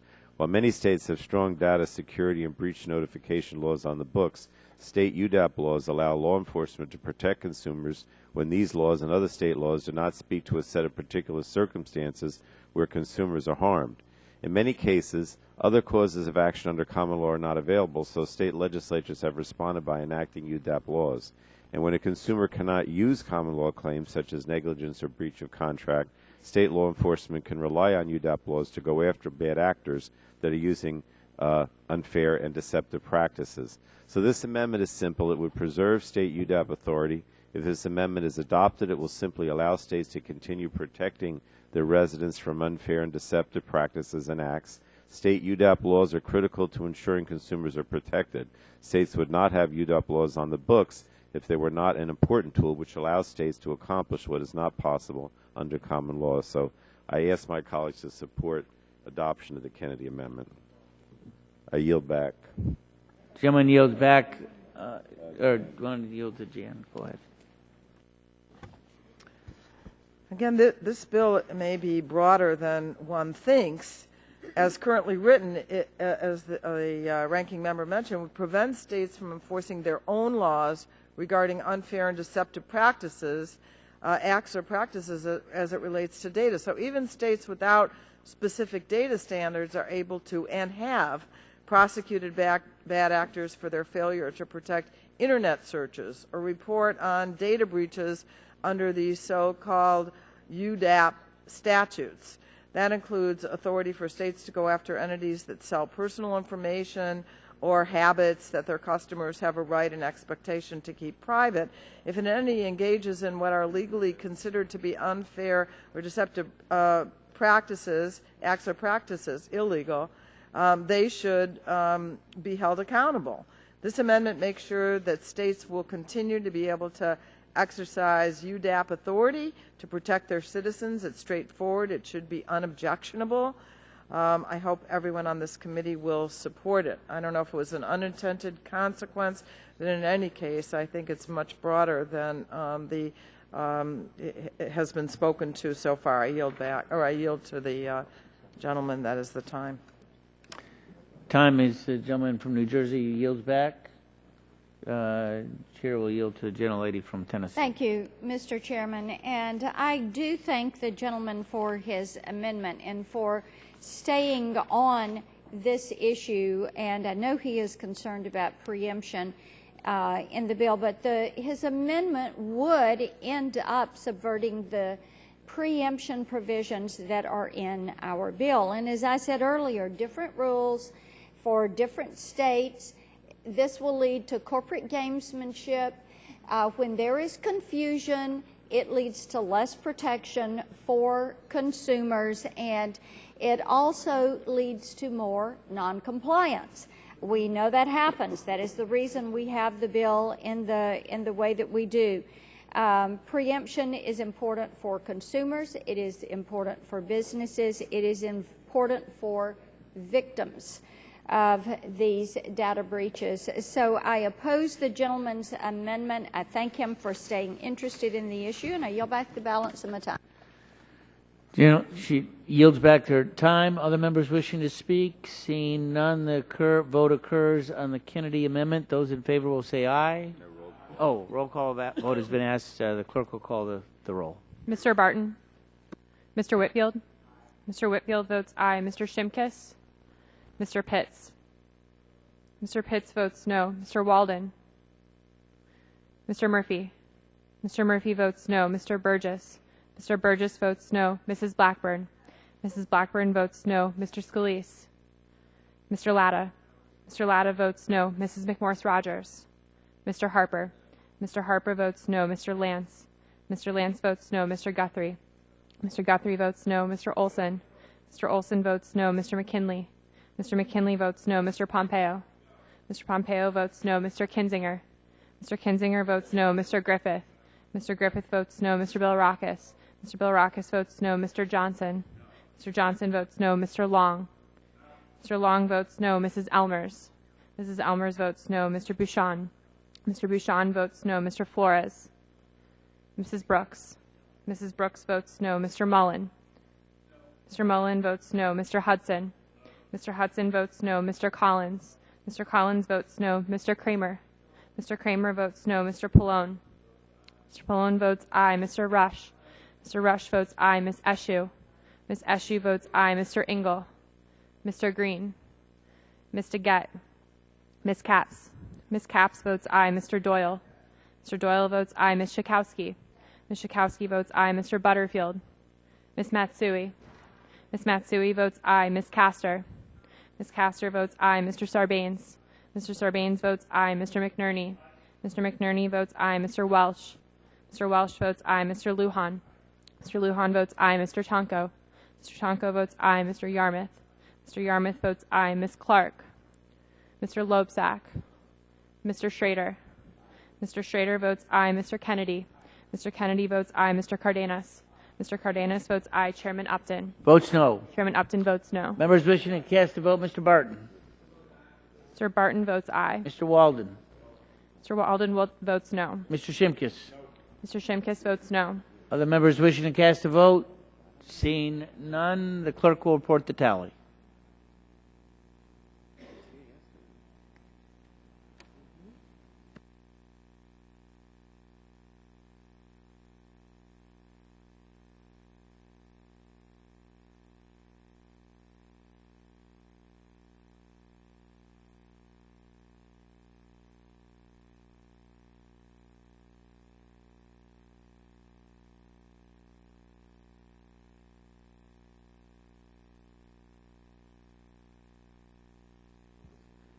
Mr. Chairman, on that vote, there were 19 ayes and 26 nays.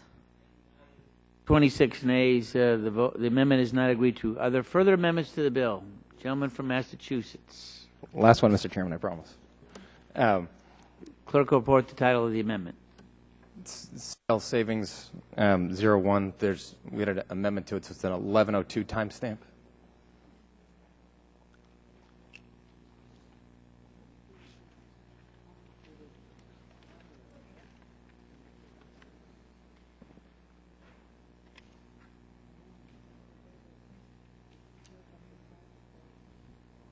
Amendment to H.R. 1770 offered by Mr. Kennedy. The amendment will be considered as read, and the gentleman is recognized as for 5 minutes in support of his amendment. Thank you, Mr. Chairman, and thank you, Madam Clerk, as well. Mr. Chairman, when this bill was considered in subcommittee, Section 6B regarding common law was in brackets. There was a discussion at that time by members about whether Section 6's preemption of state information security laws also preempted state common law. The subcommittee draft even indicated that there was no clear decision by the bill's authors at that time as to their desires with regards to whether Section 6's preemption of state information security laws should preempt state common law. The bill before us now states that Section 6, quote, shall not exempt a covered entity from liability under common law, end quote. That sounds good. And I'm in agreement with the bill's authors that the bill should not preempt state common law. Unfortunately, Section 6A appears to be in direct conflict with subsection 6B. At the subcommittee markup, I sought to address this conflict by deleting words from subsection 6A that are problematic. That amendment, again, failed on a party line vote. I'm still concerned with this language in Section 6A. The Supreme Court has ruled that when a law says that the language included in 6A, that law preempts common law. While courts may dismiss common law cases on various grounds, such as insufficient pleadings, the right to bring those cases exists under state law.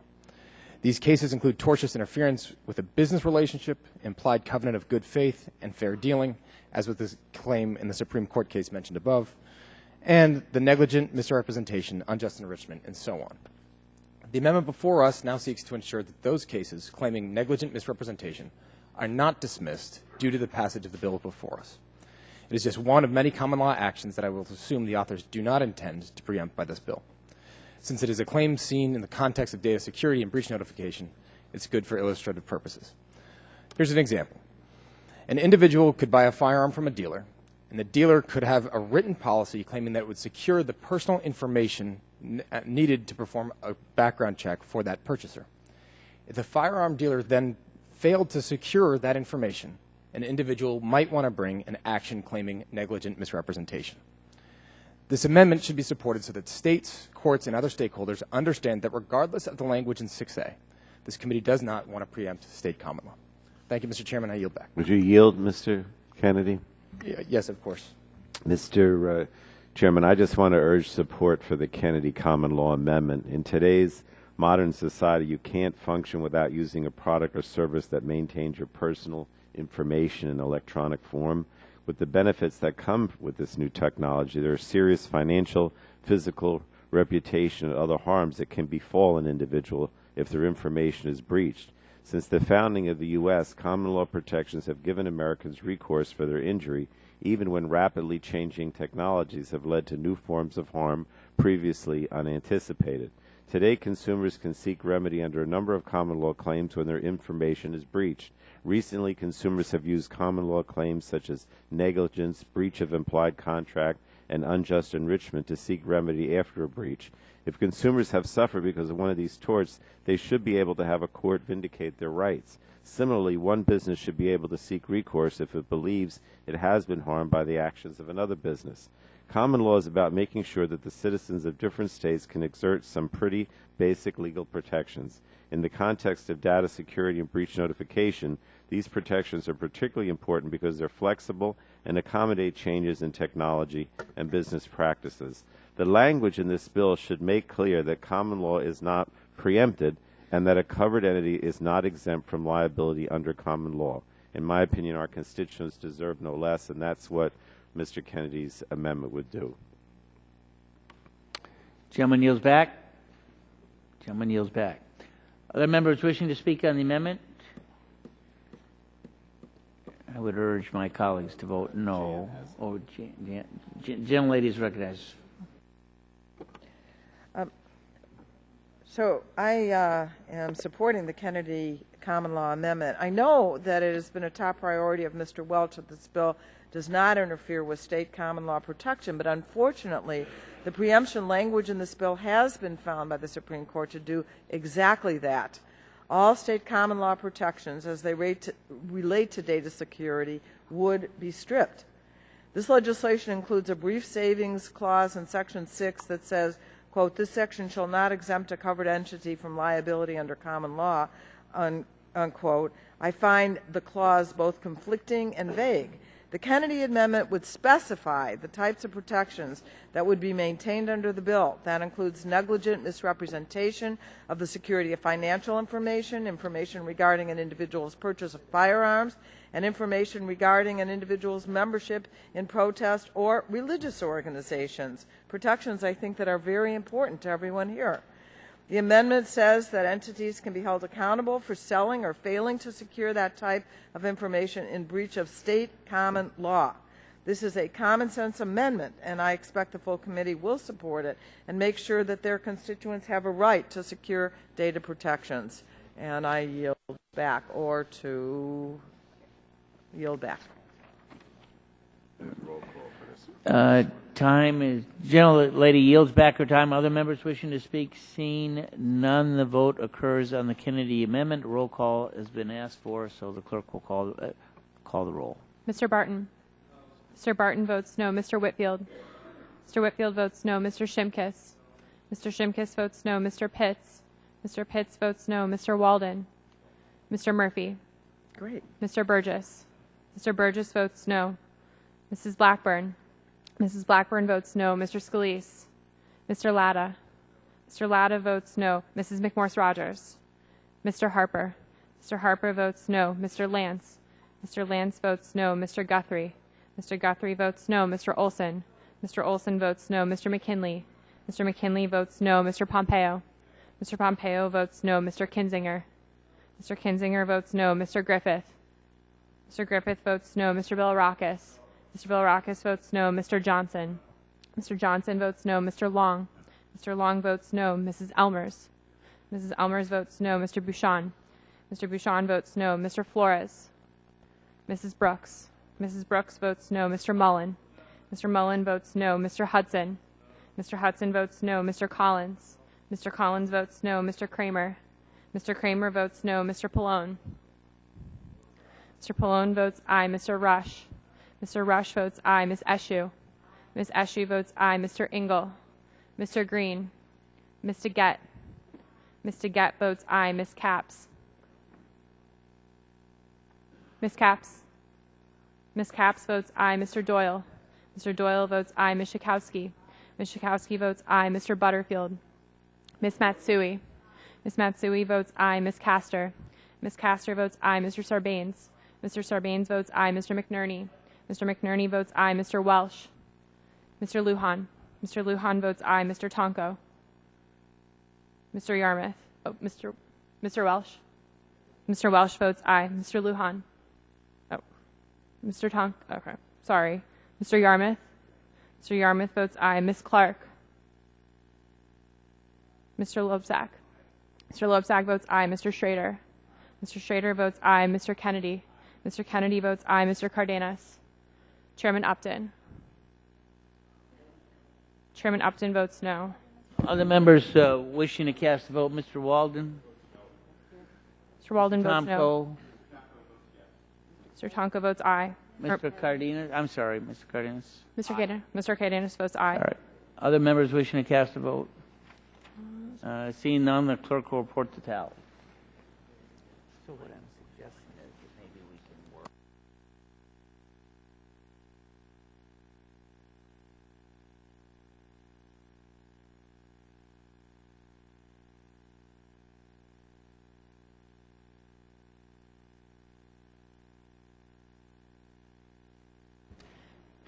Mr. Chairman, on that vote, Yeah, go ahead. there were 19 ayes and 27 nays. 19 ayes, 27 nays. The amendment is not agreed to. If we just, if there are other members, hold on just 1 second. We'll take a 60-second delay.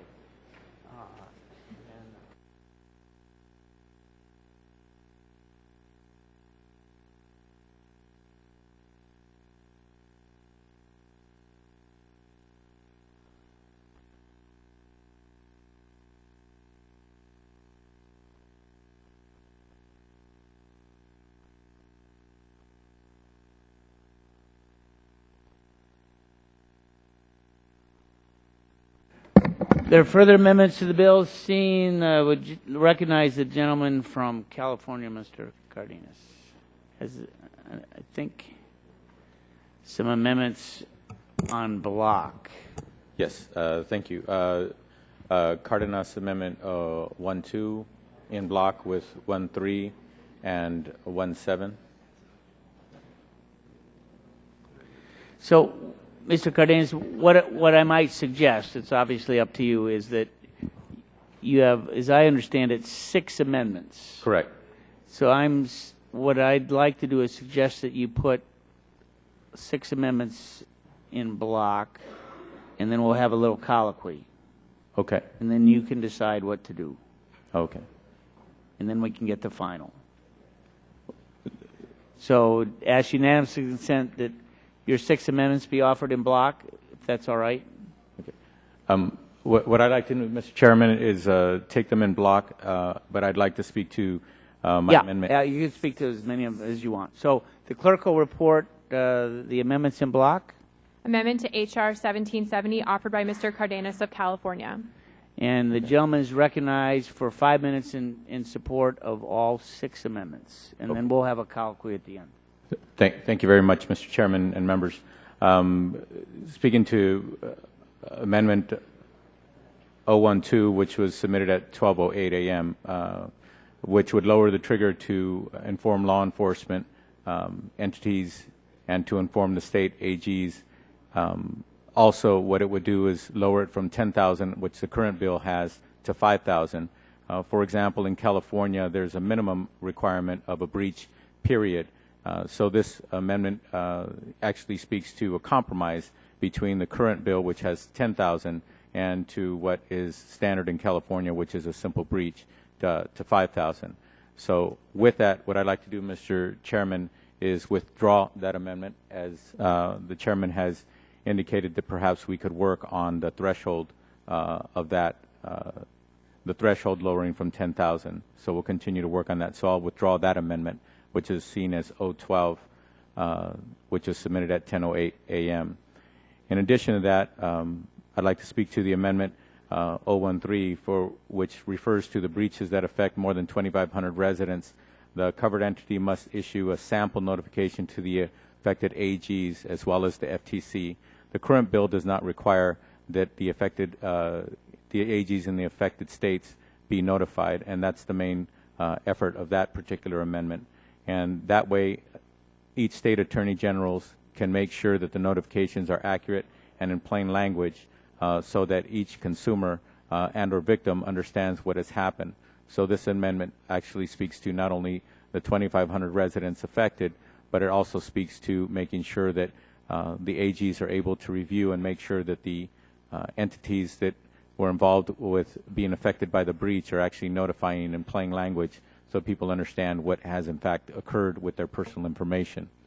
Next, I'd like to speak to amendment otherwise known as 15, which has to do with the covered entities should provide the notification in language other than English if it is requested by the individual. In a country as diverse as ours, it's important that all American consumers be allowed to request that their information be given to them in a language. This I see as not a cumbersome amendment because it requires the consumer to individually request it, and it does not require a blanket requirement on the actual provider. In addition to that, I'd like to speak to the amendment, which is otherwise known as 17, which has to do with the breach notifications. Covered entities must include an offer to provide appropriate identity theft prevention and mitigation services at no cost to the breached individual. Again, in my state, when a consumer has their identity or personal information stolen, the breached entity must pay for identity theft prevention and mitigation services to that consumer. Many companies are already providing these protections when they are breached, but this amendment would ensure that all Americans who suffer such a loss are in fact protected. When a consumer does everything in their power to protect their identity and their personal information is acquired through no fault of their own, they should not have to suffer the financial loss of paying for this identity theft protection. In addition to that, I'd like to speak to Amendment 16, which removes the ISP carve-out. Mr. Chairman and members, the main purpose of this bill is to protect consumers from identity theft, economic loss, or economic harm and financial fraud by establishing strong and uniform national data security and breach notification standards for electronic data in the interstate commerce, a goal is which is I strongly support. However, Internet and other service providers may not be held to the same standards as other businesses if they don't own data that has been stolen. Why is it the case? Because these service providers are only responsible to either notify the covered entity or do nothing where there is no contract if the breach occurs on their network and another company owns the data. Mr. Chairman, when a company does everything right to protect their consumers' data, they should not have to be punished for the breach that occurred on someone else's system or network. Service providers transport vast amounts of data, which is much in content unknown to those providers, and we should understand that. When they do not know what the data has been leaked or who is the owner or license of that data, they should have no obligation under this bill. But if the service provider can figure out who owns the stolen data, then that should be addressed appropriately.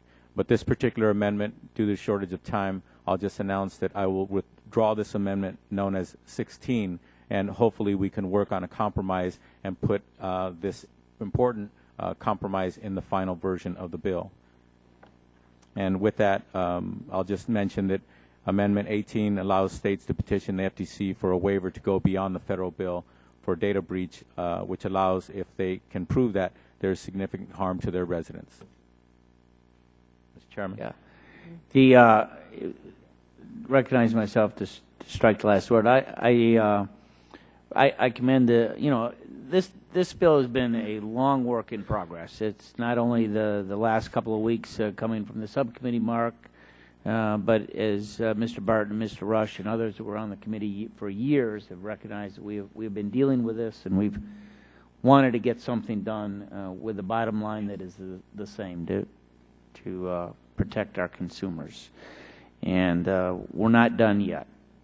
And I appreciate the gentleman putting the amendments in block, and he has a choice of either withdrawing the amendments or having them likely go down, I think, on a voice vote. But I want to say two things with regard to two amendments. One, I want to work with you and as well as Mr. McNerney, who offered an amendment on lowering the threshold. Mm-hmm. I think there is some room there, and I want to negotiate in good faith on that and see where we are to have an amendment perhaps ready for the floor. The other thing that I think all of us are concerned about is the notification in multilingual. Mm-hmm. I think that's a strong amendment. I'm not sure that it's just right to now, but I think that we can work together between now and when this bill is likely to go to the floor and work on a Cardenas amendment on the House floor to strengthen that, and I want to offer that in good faith. And I would ask maybe my preference would be that you would withdraw the block amendment so that we don't have to go through what is likely to be a voice vote on the block amendment. But it's up to the gentleman, but I just want to say you raised some very good points. We want to work with you to get things done, and would yield maybe to Mr. Pallone and then Mr. Cardenas. It's up. I mean, I think that the chairman has made an offer there to work with us on some of these, Mr. Cardenas. So if you would just withdraw them, it's probably the best. Okay, I'll do that in the spirit of the request by the chairman, and I look forward to hopefully making progress on some of these amendments. We do. And in the interest of time and of all of my colleagues on this committee, I'll withdraw all the amendments. I would be glad to yield on my time. Thank you, Mr. Chairman. I'll just be brief. I know that I think this is the last of the amendments. I appreciate my colleague from California offering them en bloc. I also appreciate what you said. Members are restless. We want to leave. Some have already left. Others are having conversations, and the paper is rustling.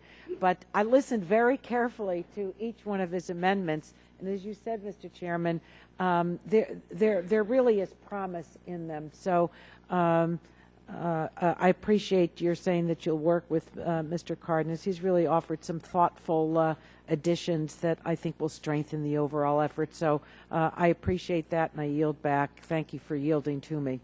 I still on my time. I'll yield to the gentleman from California. Thank you very much, Mr. Chairman. I'd be remiss if I didn't take the opportunity to take a few seconds to thank the sub-chair, Mr. Burgess, for his access and willingness to work with me and some of my colleagues. And in addition to that, I'd like to thank Subcommittee Chairwoman Schakowsky for her constructive support on my behalf and her guidance in this process. Thank you very much. I yield back.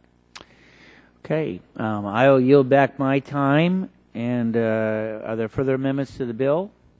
Seeing none, the question now occurs on favorably reporting H.R. 1770 as amended to the House. All those in favor will say aye. Aye. All those opposed say no. No. Roll call vote is requested. The clerk will call the roll. Mr. Barton. Mr. Barton votes aye. Mr. Whitfield. Mr. Whitfield votes aye. Mr. Shimkus. Mr. Shimkus votes aye. Mr. Pitts. Mr. Pitts votes aye. Mr. Walden. Mr. Murphy. Mr. Burgess. Mr. Burgess votes aye. Mrs. Blackburn. Mrs. Blackburn votes aye. Mr. Scalise. Mr. Latta. Mr. Latta votes aye. Mrs. McMorris-Rogers. Mrs. McMorris-Rogers votes aye. Mr. Harper. Mr. Harper votes aye. Mr. Lance. Mr. Lance votes aye. Mr. Guthrie. Mr. Guthrie votes aye. Mr. Olson. Mr. Olson votes aye. Mr. McKinley. Mr. McKinley votes aye. Mr. Pompeo. Mr. Pompeo votes aye. Mr. Kinzinger. Mr. Kinzinger votes aye. Mr. Griffith. Mr. Griffith votes aye. Mr. Billrakis. Mr. Billrakis votes aye. Mr. Johnson. Mr. Johnson votes aye. Mr. Long. Mr. Long votes aye. Mrs. Elmers. Mrs. Elmers votes aye. Mr. Bouchon. Mr. Bouchon votes aye. Mr. Flores. Mrs. Brooks. Mrs. Brooks votes aye. Mr. Mullen. Mr. Mullen votes aye. Mr. Hudson. Mr. Hudson votes aye. Mr. Collins. Mr. Collins votes aye. Mr. Kramer. Mr. Kramer votes aye. Mr. Pallone. Mr. Pallone votes no. Mr. Rush. Mr. Rush votes no. Ms. Eshoo. Ms. Eshoo votes no. Mr. Engel. Mr. Green. Ms. DeGette. Ms. DeGette votes no. Ms. Capps. Ms. Capps votes no. Mr. Doyle. Mr. Doyle votes no. Ms. Schakowsky. Ms. Schakowsky votes no. Mr. Butterfield. Mr. Butterfield votes no. Ms. Matsui. Ms. Matsui votes no. Ms. Castor. Ms. Castor votes no. Mr. Sarbanes. Mr. Sarbanes votes no. Mr. McNerney. Mr. Welsh. Mr. Welsh votes no. Mr. Lujan. Mr. Lujan votes no. Mr. Tonko. Mr. Tonko votes no. Mr. Yarmouth. Mr. Yarmouth votes no. Ms. Clark. Ms. Clark votes no. Mr. Loebsack. Mr. Loebsack votes no. Mr. Schrader. Mr. Schrader votes no. Mr. Kennedy. Mr. Kennedy votes no. Mr. Cardenas. Mr. Cardenas votes no. Chairman Upton. Votes aye. Chairman Upton votes aye. Other members wishing to cast a vote? Mr. Walden. Mr. Walden votes aye. Mr. Scalise. Mr. Scalise votes aye. Other members wishing to cast a vote?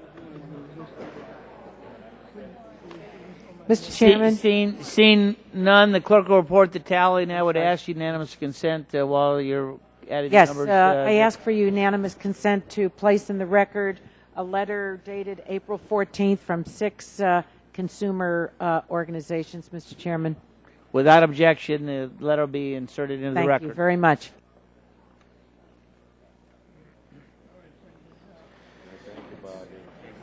I got to wait, just 1 second. Mr. Clerk, Chairman? yes. On that vote, there were 29 yeas and 20 nays. The 29 ayes, 20 nays. The bill is favorably reported, and committee stand is adjourned.